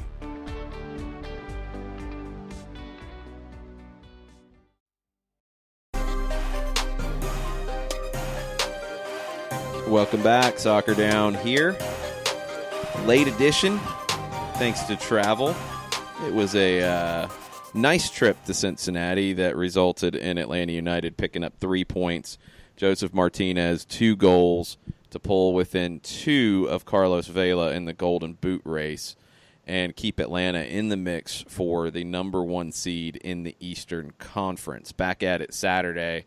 Tomorrow's show, normal time, 9 a.m., and we will get into our normal weekend preview with a lot of games to talk about, a lot of juice box flavors to talk about, a lot of players on Prize Picks boards to talk about, an update on fantasy for you, and a lot of Atlanta San Jose talk to dig into as well. So a jam-packed show on Friday morning, but as we do on SDH, there's a lot of on this day stuff to mention today. Famous goalkeeper for the English national team and for Arsenal, David Seaman, was born on this day in 1963. He had amazing hair as well. He had the long ponytail. Do you know who we're talking about here? No. Ay, Dios mío. I'm not an Arsenal person. He was the English national team goalkeeper at World Cups and such. Oh, very Kyle Petty looking there. David Seaman just, spits in your general direction for that comparison, sir. That's the Kyle Petty ponytail, sir. Well, no, it's not. David Seaman, 405 appearances for Arsenal between 1990 and 2003. 75 caps for the English national team, was the goalkeeper in the 1998 and 2002 World Cups for England. Jimmy Fallon was born on this day in 1974. And to see where he's come from Saturday Night Live to hosting The Tonight Show, for me, when I do catch it, but I usually catch it in snippets several days after the fact, as I'll end up watching segments and things like that. There are parts of his game that he has brought out, with the kid instruments and having a lot of the legendary artists doing the stuff on kid instruments. I mean, Metallica doing Enter Sandman on kid instruments. Tremendous. Love that stuff. There's been a bunch of those that are really good. No, Fallon's done a good job with the Tonight Show. I think it's hard to complain. I mean, the whole late night show thing has changed a lot over the years. Fallon's a music geek like me, so I love that aspect of it. He always brings musical stuff into it. So Jimmy Fallon, Wheel of Musical Impressions, yes. Doing the Springsteen and Neil Young impressions. Miley Cyrus and him doing random concerts on the subway lines. Yeah, when he goes musical, it's very, very strong. Speaking of music, released on this day in 1988, Bon Jovi's album New Jersey. Understood. Oh, you're going to hate on that now? No, just I hate on David Seaman, and now you're hating on Bon Jovi. Not hating on Bon Jovi. I like Bon Jovi. Your only reaction to one of the greatest rock albums of the 80s being released on this day is Understood. Lay Your Hands on Me, Bad Medicine, Born to Be My Baby, Living in Sin, Blood on Blood, Homebound Train, Wild as the Wind, Ride Cowboy Ride, Stick to Your Guns, I'll Be There for You, 99 in the Shade, and Love for Sale. Yes, that was the track listing. Bad Medicine was one of their best. Janet Jackson released the album Rhythm Nation 1814 on this day in 1989. And there were just as many people when it was released trying to figure out what 1814 stood for. And do you know? Isn't it R is the 18th letter and N is the 14th letter of the alphabet? One of those. I don't remember actually why it got 1814, but that would be a little sad because then it's like San Diego 1904, and you're like, oh, was it like because the city was founded? No, it's not that. Well, the team? No, it's not that. It's the letters and where they fall in the alphabet. Yeah, that's no good. I am looking to see if I can find it very quickly as to why the 1814 is tagged on. The usage of the number 1814 represents the year the national anthem, the Star-Spangled Banner, was written. Ah. Well, there you go. You were way off. San Diego 1904 is angry, and Janet Jackson is vindicated. Huzzah to you, Janet Jackson, for being vindicated on this show. All right, one on the TV side, one on the movies. Doogie Howser, M.D., premiered on ABC TV in 1989 on this day. First couple of seasons were pretty good, then it kind of went away from me. I have no details on Doogie Howser, M.D., although I watched it and enjoyed it, but I could not tell you much about the quality of it at this point. I was a kid. Well, but do you remember like the best friend that would always come in through the window? Vaguely. Was that Vinny? It's Vinny. Yeah. Vinny Del Pino. Vinny probably needed his own show. That's that Max Casella, I think, was actually like in his late 20s, early 30s when he did the show. That would seem about right. He was 22, 89, 60. Yeah, so he was 22 as a teenager, playing a teenager in the show. Have you heard of a show called Beverly Hills 90210 that had Clap. folks that were not Gabriel teenagers? Gabriel Carteris, who was almost 30 when the show got kicked off. Yes. Released in theaters on this day in 1990, the movie Goodfellas. You have to watch it unedited. You can't watch the edited versions. No, that's one you don't know. No part of the edited versions of Goodfellas. Yeah, because there are some networks that have broadcast rights and they fiddle with it, and you're going, really? No. I'm a little surprised that at the box office it only made $46.8 million. But how much do you think it has made in rebroadcast rights, duplication rights, all of that stuff? The secondary market, after it was released, I'm sure it has made an absolute fortune. Where does it rank on your mob movie power rankings? 2. Behind? Godfather, the original. Okay. Roger Ebert disagreed with you. Shocking. He said it was better. Once again, I'm not surprised that he would go that way. I mean, this is not the Ginger Marianne argument for gangster movies or that kind of stuff. No, for me, it's always been Godfather. I guess because it came out first and had the longer stretch of appreciation before Goodfellas came out. I'm no expert in this field, so I will not ever claim to be. But yeah, I would probably lean to Goodfellas slightly. So yeah, both are great, but yeah, don't watch the edited version. That's the biggest thing. Is don't waste your time. You see, it's edited, run. Yes. Same with Smokey and the Bandit. You need the unedited version. Yeah, definitely on that. The only one that the edited version is worth a watch occasionally is Roadhouse because the edits are so bad. Yeah, that would be the only reason to watch a movie if it's in its edited version, because if you know the overdub for kind of curving the language to try to get it back into a TV-14 or a PG or whatever, and you know the language originally, and they try to shave it so badly and change it when they overdub it, and you're going, really? That's the word that you chose? Mm-hmm. Mm-hmm. Yeah, that's when it can be funny when it's not intended to be funny. Yes. All right. So, go. I think you had something else. Just Doogie Howser. I mean, it's like, wow, 30 years ago. Out of all that, you go back to Doogie Howser? Yeah. All right. Fair enough. Still, Godfather #1, Goodfellas #2. Okay, let's go back to MLS because there was an announcement made by the league today about the 2020 season, and it will start with the 2019 MLS expansion draft on November 19th. It's a little different. We talked about this when Michelle Kaufman of the Miami Herald dropped some news last week about the details of this, and it's a little later after the season. It's not right after MLS Cup. There's a little bit of a gap. Both clubs, Inter Miami and Nashville SC, will be able to select up to 5 players currently on MLS teams. I guess they're saying up to because if they choose to pass on a selection, they could.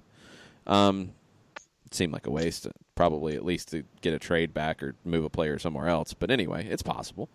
All teams in the league will now be able to protect 12 players after previously being allowed to place 11 on their protected list. So you get to protect one more. After players were selected by FC Cincinnati in 2018 from DC United, Vancouver, Dallas, Houston, and the Red Bulls, they are exempt. You can't pick any players from those teams because Cincinnati picked players from those teams last time around. So, they're off the hook. Everybody else gets to protect 12 players. The expansion priority draft, that's going to happen on Matchday Central on MLSsoccer.com. It's on their YouTube page. It's on their apps. During decision day, it is the coin flip that will then set up how teams pick their player acquisition methods. These are the 5 things up for grabs. The number 1 pick in the expansion draft, the number 1 pick in the super draft in 2020, the number 1 position in the allocation ranking order, that's players returning to the league from other leagues, the penultimate position in the MLS re-entry and end-of-year waiver order, and the penultimate position in the discovery player ranking. I think they will probably go in the order I just said them. I think it will be expansion draft first, super draft next, allocation order next.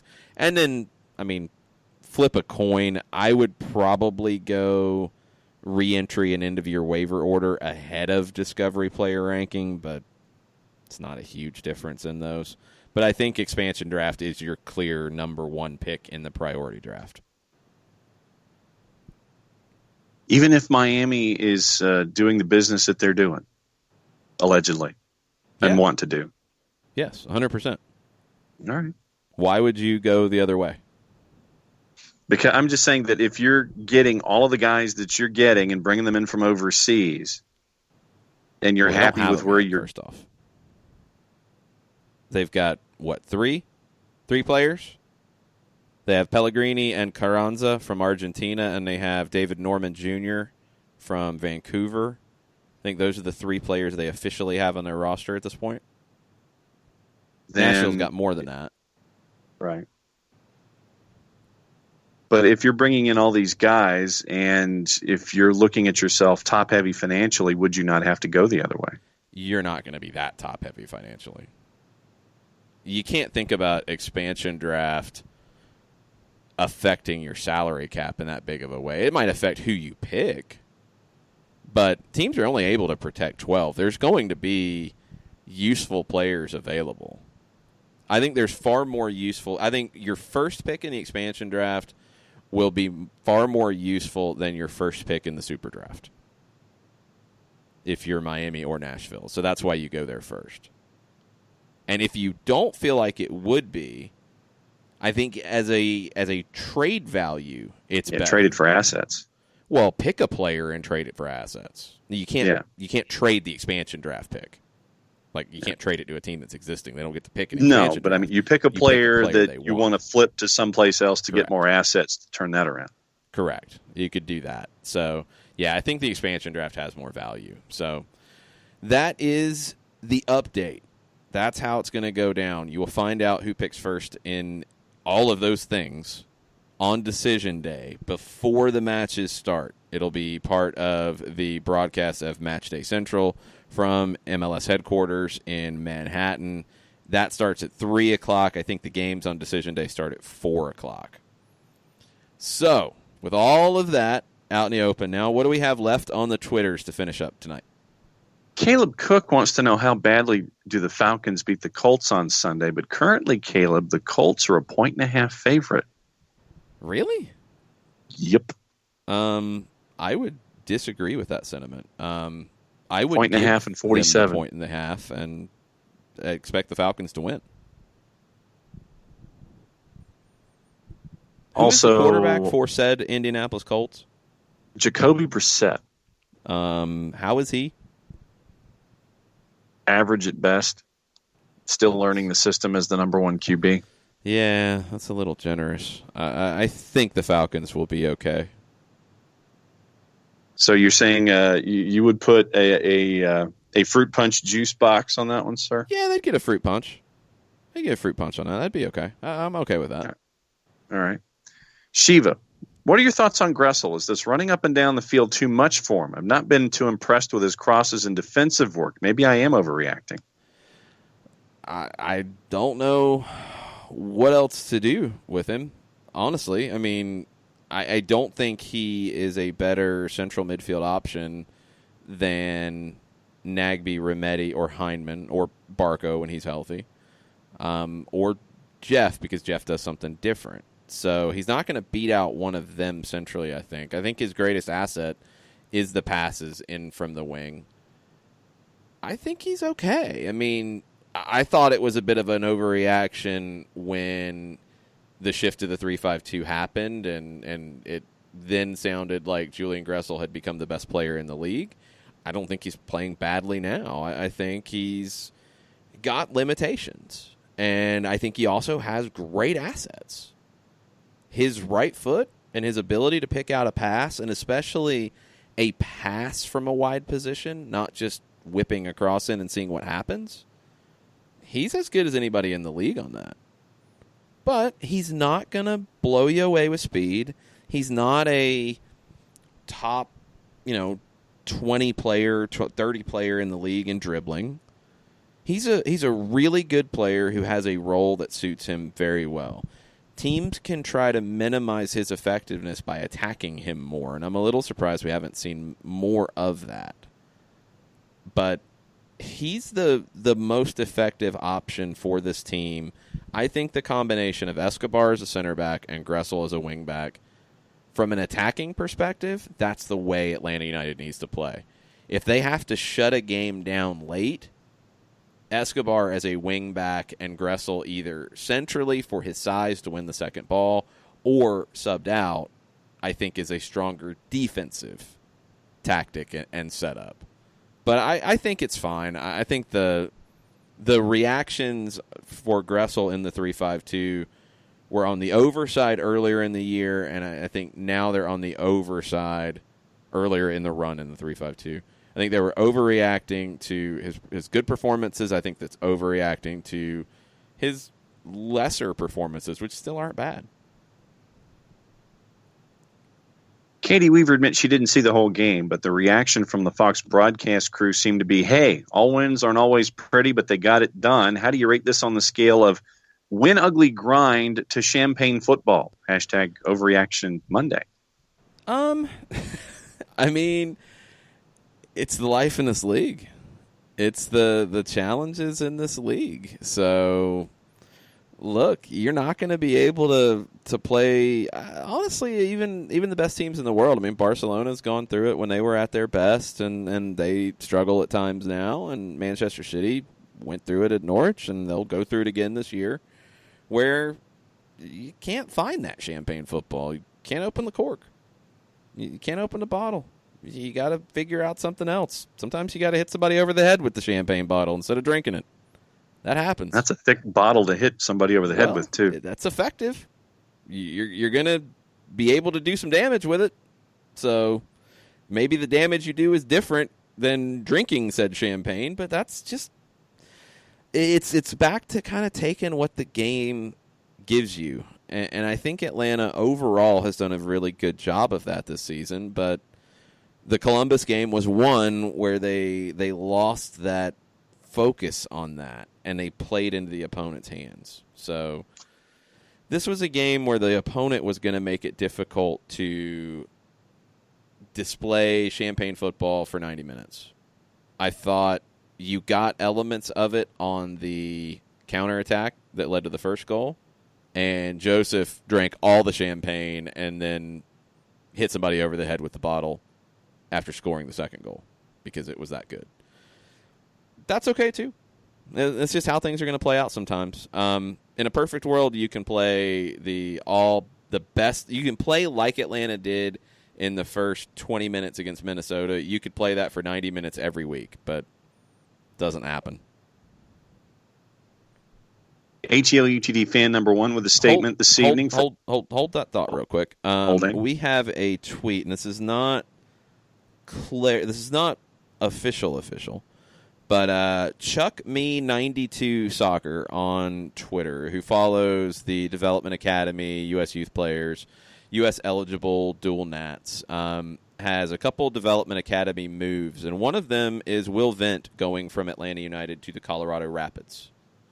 We haven't seen Will Vent in a while. If he is on the academy, he's not on their pro contract, so you don't have any rights on him. He had a year here. If Atlanta United decided that he's not ready for a pro deal and he feels like he has another year of Development Academy eligibility and he feels like he can get a pro deal in Colorado, then I get it. Because youth players are essentially free agents at the end of every year unless they're under a pro contract. And Vent was not that player. I'm a little surprised because I felt like he came here and decided to come here because he thought he could break through. And I thought he had some really good performances. We talked about him with the twos a lot this season because he played a lot of minutes in the first half of the year. And did he make mistakes? Sure, he did. He had some big ones. But I liked his character in coming back from those. I liked that it didn't dent his confidence. And I really like the player that I think he can become. But you also have Will Riley, who is playing that role right now, and he's younger than Vent.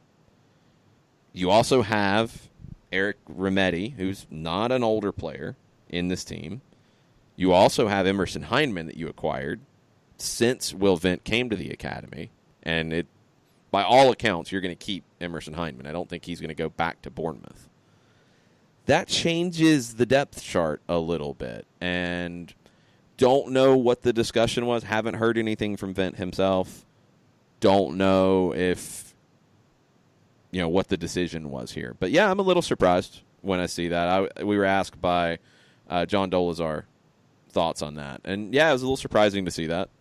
I'm assuming it's confirmed, and that's the conversation we're having now. If it's not, then different conversation. But you see these things happen, and especially young players who are at that stage who are, kind of going into final year or final couple years of their eligibility in the Development Academy. If they want to get that homegrown deal, they have to spend a year in the academy of where they want to go. And if they don't feel like the homegrown deal is coming here, but they feel like Colorado it would, and you're talking about a different depth chart in Colorado, I mean, that's absolutely fair to say.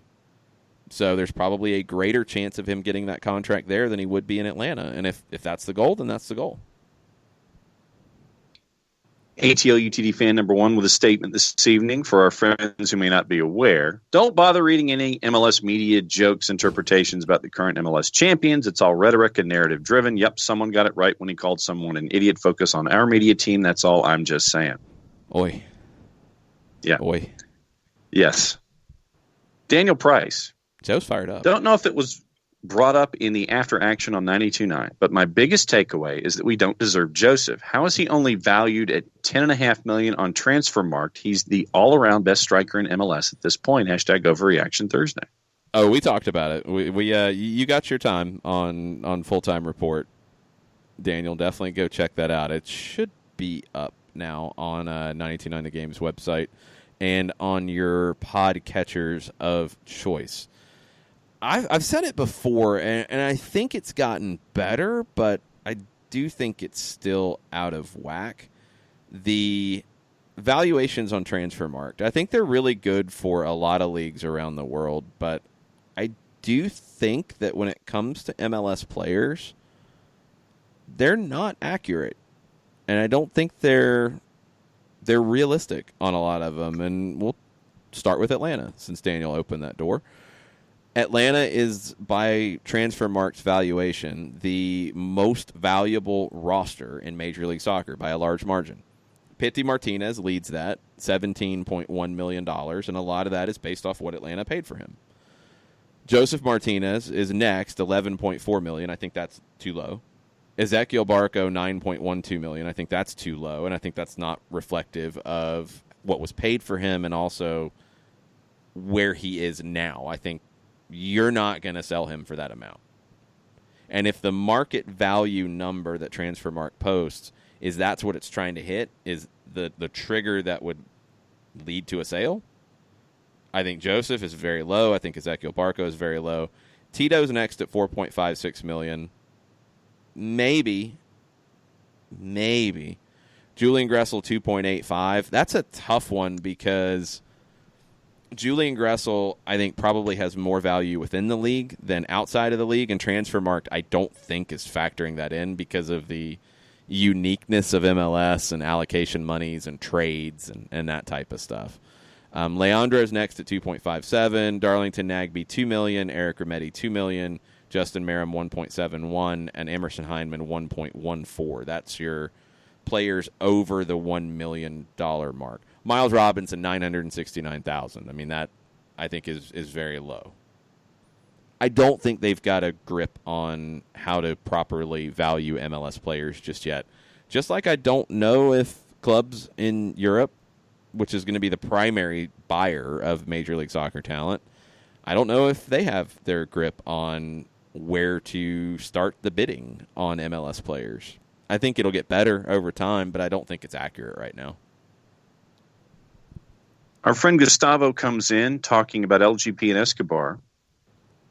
He says that for his overreaction Thursday, LGP and Escobar were good but not brilliant this year, committing a lot of tactical fouls and reacting badly to the refs. That took them many points. I think LGP's been a little bit better this year, and if I was going to put two on the Defender of the Year nominations, it'd be Robinson and LGP. I think Robinson's been the best of the defenders. Escobar's been more inconsistent this year. I wonder the injury and losing preseason and then trying to hit the ground running and moving from an outside back position to a center back position and trying to still have an impact going forward. There's been more things thrown at Franco Escobar in 2019. I think LGP has had a few games that have been a little more surprising because he hasn't been as good as we've seen him over the first 2 years here in Atlanta. But I think he's been very good. I think sometimes the reactions to referees and stuff like that is getting the headlines more than the quality play. And for me, that was one of the major differences on last night was LGP being in the lineup and versus the Columbus match where he wasn't. I think you see better organization. I think you see just a little bit different vibe, a little bit more grit, and I think LGP sets that example in a big way. He's very, very important. I don't think this has been his best year of the three in Atlanta. I don't. I think probably last year was his best. But that's a high bar to hit year after year, and if it's a little bit below that, I'll take it because I still think he's one of the best center backs in this league. Couple more before we go, heading into stoppage time. Okay. Joe Bost. Remedi kind of got back in form. Center backs did well with a couple of hiccups. At Joseph Martinez 17, hashtag build the damn statue. The second goal was world class. That was absolutely ridiculous. I think Eric Remedi was excellent last night. And in a match like that, Joseph wins man of the match, no question. And you can't say otherwise. But if you're looking for the second and third star of the night, if we're going to go full hockey on you, I think Remedi's in the 3 stars of the night, and I would probably lean to Gazan? Maybe either him or Nagbe or Pitti. Those are the ones that come to mind. I thought Pitti was really good. He had 3 chances created. He had the pass on and got the assist, his 9th of the year, for Joseph to open the scoring. I thought Pitti was very good. I thought Remedi would be my 2nd star. And, yeah, I'd probably go with Brad as the 3rd star, although Nagbe did another Darlington Nagbe kind of day. You know, he doesn't grab a headline for you, but he just keeps recovering the ball. He doesn't really lose it. Just Darlington Nagbe doing Darlington Nagbe things. He's just freaking good. Dan Graham says Andrew Carlton has his shout if Heineman needs a break, but only at the 10. I don't think Carlton would be that. I think he would be the break for Pitti, and I think Tito is already that guy, and they're very different. I think Carlton has settled into more of the Pitti Martinez role in the 3-5-2. Haven't had a chance to watch the game from last night. How did you and Jarrett see it? Was it more of the 4-3-3 or was it more 3-5-2 like we saw the previous match? For Atlanta? Atlanta, yeah. For the 2s. Oh, for the 2s, it was more 4-4-2. Okay. Yeah, because you had... Where was Carlton in the 4-4-2? That's what I'm getting at here. He came on for Bashti at the 45, so that would have been right-hand side in the middle. Okay. So it was a different role than we saw last time where they played a 3-5-2 and Carlton was playing in the Pitti Martinez second forward free role. Yeah. I think that's the best spot for him with the first team. I think he could be a number 10. He could be in more of the Barco role, but at this stage, I'm going to lean a little bit more to replacing Pitti, and I think Tito's probably already got the inside route. So Carlton just needs to keep, again, just taking advantage of the minutes he gets wherever they are. I'd rather see him play right now since he's playing well. I'd rather see him get minutes than go with the first team and not play but be part of the 18. I think it's important for him to get a little consistency going at the moment. Patrick Cox says that he guesses that I Am Not Living on a Prayer. No, well, that was an earlier album, so I'll give you a little bit of the benefit of the doubt. But yeah, you were kind of insulting to John Bon Jovi. I liked Have a Nice Day, but usually when you ask me a Bon Jovi question, that is a very slippery proposition. No. So you try to stake your Bon Jovi relevance on Have a Nice Day? That's just the one that's just one of the singles that I like. I'm not denying New Jersey, and I'm not denying Slippery When Wet. It's just I liked Have a Nice Day better. Oh, John. That's incorrect. I just have to tell you. I'm sorry. Last one on the board.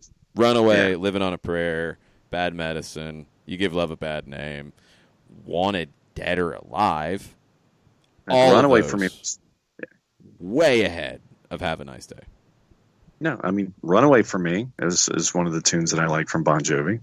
So I guess I would put Slippery When Wet ahead of New Jersey, I guess is what I'm saying. That's okay. That's fine. Wanted Dead or Alive is the best song that they have ever done and will ever do. And Living on a Prayer's next. Last question on the board for the night goes to Mr. Fantastic. And it goes to one of the topics that we were discussing about its allegedness down in Miami. What's our thoughts of the possible big-name stars Inter Miami are in dealings with, and is this the beginning of the league starting to transition into allowing these big-money clubs that want to compete on a global competition scale the leeway? Well, let's see what they get first, because I remember many teams being linked to many players and not seeing them show up. So David Silva has been linked to Miami. He is valued with our friends at Transfermarkt at $22.8 million. He is spending his last season with Manchester City as their captain. People said really dumb things when this rumor first hit about, well, he's not playing and blah, blah, blah, blah. Yes, he's playing a lot, and he's a vital part of Manchester City's team. He is in the starting 11 this season 80% of the time. He's playing 70% of the minutes. He's got 4 assists this season. Yeah, he's still important. He is 33 years old. He will be 34 next season in Major League Soccer. If he was to leave, I don't think in the winter window. I think he would be showing up in Miami midseason. Yep. That feels like a fairly traditional MLS kind of move. Maybe a little bit higher bar for a player, a 33-year-old player. Maybe is a little bit higher caliber. But I mean, we've seen your Lampards, your Gerrards, and such come into the league. Pirlo. I think Silva's got more to give than all of them. So yeah, it's a step up, but it's a type of move we've seen. I want to see. I mean, Suarez, I think, would kind of fall into that category. If Gerard Piqué would fall into that, yeah. I think it's a step up from the type of moves we've seen with players towards the end of their career coming to MLS. You're signing a superstar on either their last contract or next to last contract. We've seen that before. This is maybe a step up in quality. Of course, Lionel Messi is a completely different conversation. Players of that ilk are a different conversation. I think those are also far less likely. I hope that Miami pushes the envelope, and I kind of guessed that they would do roughly what they're doing. I think Pellegrini coming in as a teenager from Argentina who is very highly thought of, and he will be one of your designated players. Great. Love it. And I felt like Miami couldn't completely do what Atlanta did. A little bit closer to LAFC. Vela was a great superstar for the LA market. I think Miami needs a superstar for their market. Yeah, no doubt. I don't think they could go the Atlanta route of making their own superstars. I think they need a superstar. Yeah. So, is David Silva that? I don't think he is. It's not a knock on his ability, but I don't think David Silva moves the needle for casual soccer fans in South Florida. Are you going to see an explosion of Inter Miami jerseys sold in South Florida with Silva on the back? Are you going to see an explosion of season tickets? You might. I just you get a bump. I don't think you get the explosion. I think there's a difference. Yeah, no, there's definitely a difference. It's the thing that we get into sometimes when you talk about, is he going to move the needle outside of the soccer bubble? I don't think he does. No. I think out of the players they've been linked to, obviously Messi is a completely different conversation. I think Suarez would move the needle a lot more than Silva. Hamas, I don't think would move the needle in a different way than Silva, but I think he might move it in a more appropriate way for Miami than David Silva. Because I think the Colombian population would then be absolutely activated, and South American population in general. But there's a larger, without looking at the demographics of Miami, I think there's a larger Colombian population than Spanish population. I think Hamas would get that activated in a big way, more so than David Silva would for the Spanish population that's probably smaller. So he's in between the two. He's maybe a little bit more like Vela in Los Angeles, where it's the right fit for that market. Like if you couldn't put them, you could put Messi anywhere, for example, and he's going to sell tickets. You're not going to put Hamas in any city in the league. Miami would be one that would make a lot of sense. Vela's, because of the Mexican population, you have more to work with, but I think there are certain markets that it would not be as worth it to sign Carlos Vela from a marketing standpoint, if that makes any sense. I don't think David Silva is going to move your marketing in a huge way anywhere in the league. I think he's a great signing. I think from a soccer perspective, there's very few ways to go wrong there. But is he the megastar that Miami needs? I don't know if he is. 2010 census reported that the Latino population in Miami accounted for 70% of its total population, 34% Cuban origin, 16% Central American background, the most there being Nicaraguan, 9% South American descent, the most Colombian, 3.2%, and then 4% had other Hispanic or Latino origins, 3% from Puerto Rico, 2% Dominican, 1.5% Mexican ancestry. I'm assuming there's not more than that Colombian number from Spain in Miami, so that's just a guess. I mean, either way, I mean, if you get to choose and you've got both of them who will come between James and David Silva, I'm taking James every day from a soccer perspective too. I'm taking that. I think Miami needs a mega star bigger than David Silva. Unless they're going to play the slower build and just put together a great product and put together a great team and try to win everything in front of them from day one, and they think that's going to activate the community. They're not trying to fill 70,000. They're trying to fill 20. I think the temporary Lockhart's going to be around 20. So can they do that with just a really good soccer team? Yeah, I think they can. And the other element, too, that we've never seen in this league like this is the superstar owner. David Beckham gets people talking. He's going to get you attention. So does that make up for not having a mega star player? Maybe. I'll be curious to see how this plays out for Miami. I think in the long run, though, yes, and it's not just Miami who's doing it. I think Miami will push the envelope. The Galaxy always push the envelope. Atlanta will continue to push the envelope. LAFC, it sounds like, is pushing the envelope, and they will continue to do so. I think Chicago with Mansueto could start to push the envelope again. They did in the early days. I think they could again. I think you're seeing a collection of teams who are more willing to spend money and more willing to go out and do things in a bigger way, and Miami will be part of that. So it's an exciting day, and that's why you got to get the CBA right. That's why you got to get everything ready to go for 2020 to fully maximize it, because this league is ready to take the next step, and I think the next step sets the table for the league going into the ramp-up of 2026 and a World Cup being here, where you should be ready to explode. So this next step is important. You need more teams pushing the envelope, and Miami will definitely contribute to it. So we'll see how the CBA works out. We'll see how all of this starts to shake out, and we'll be talking about more rumors, because these will not be the last rumors from Miami in this offseason for them. We know that's not going to be the case. We know they're going to have some high-profile signings.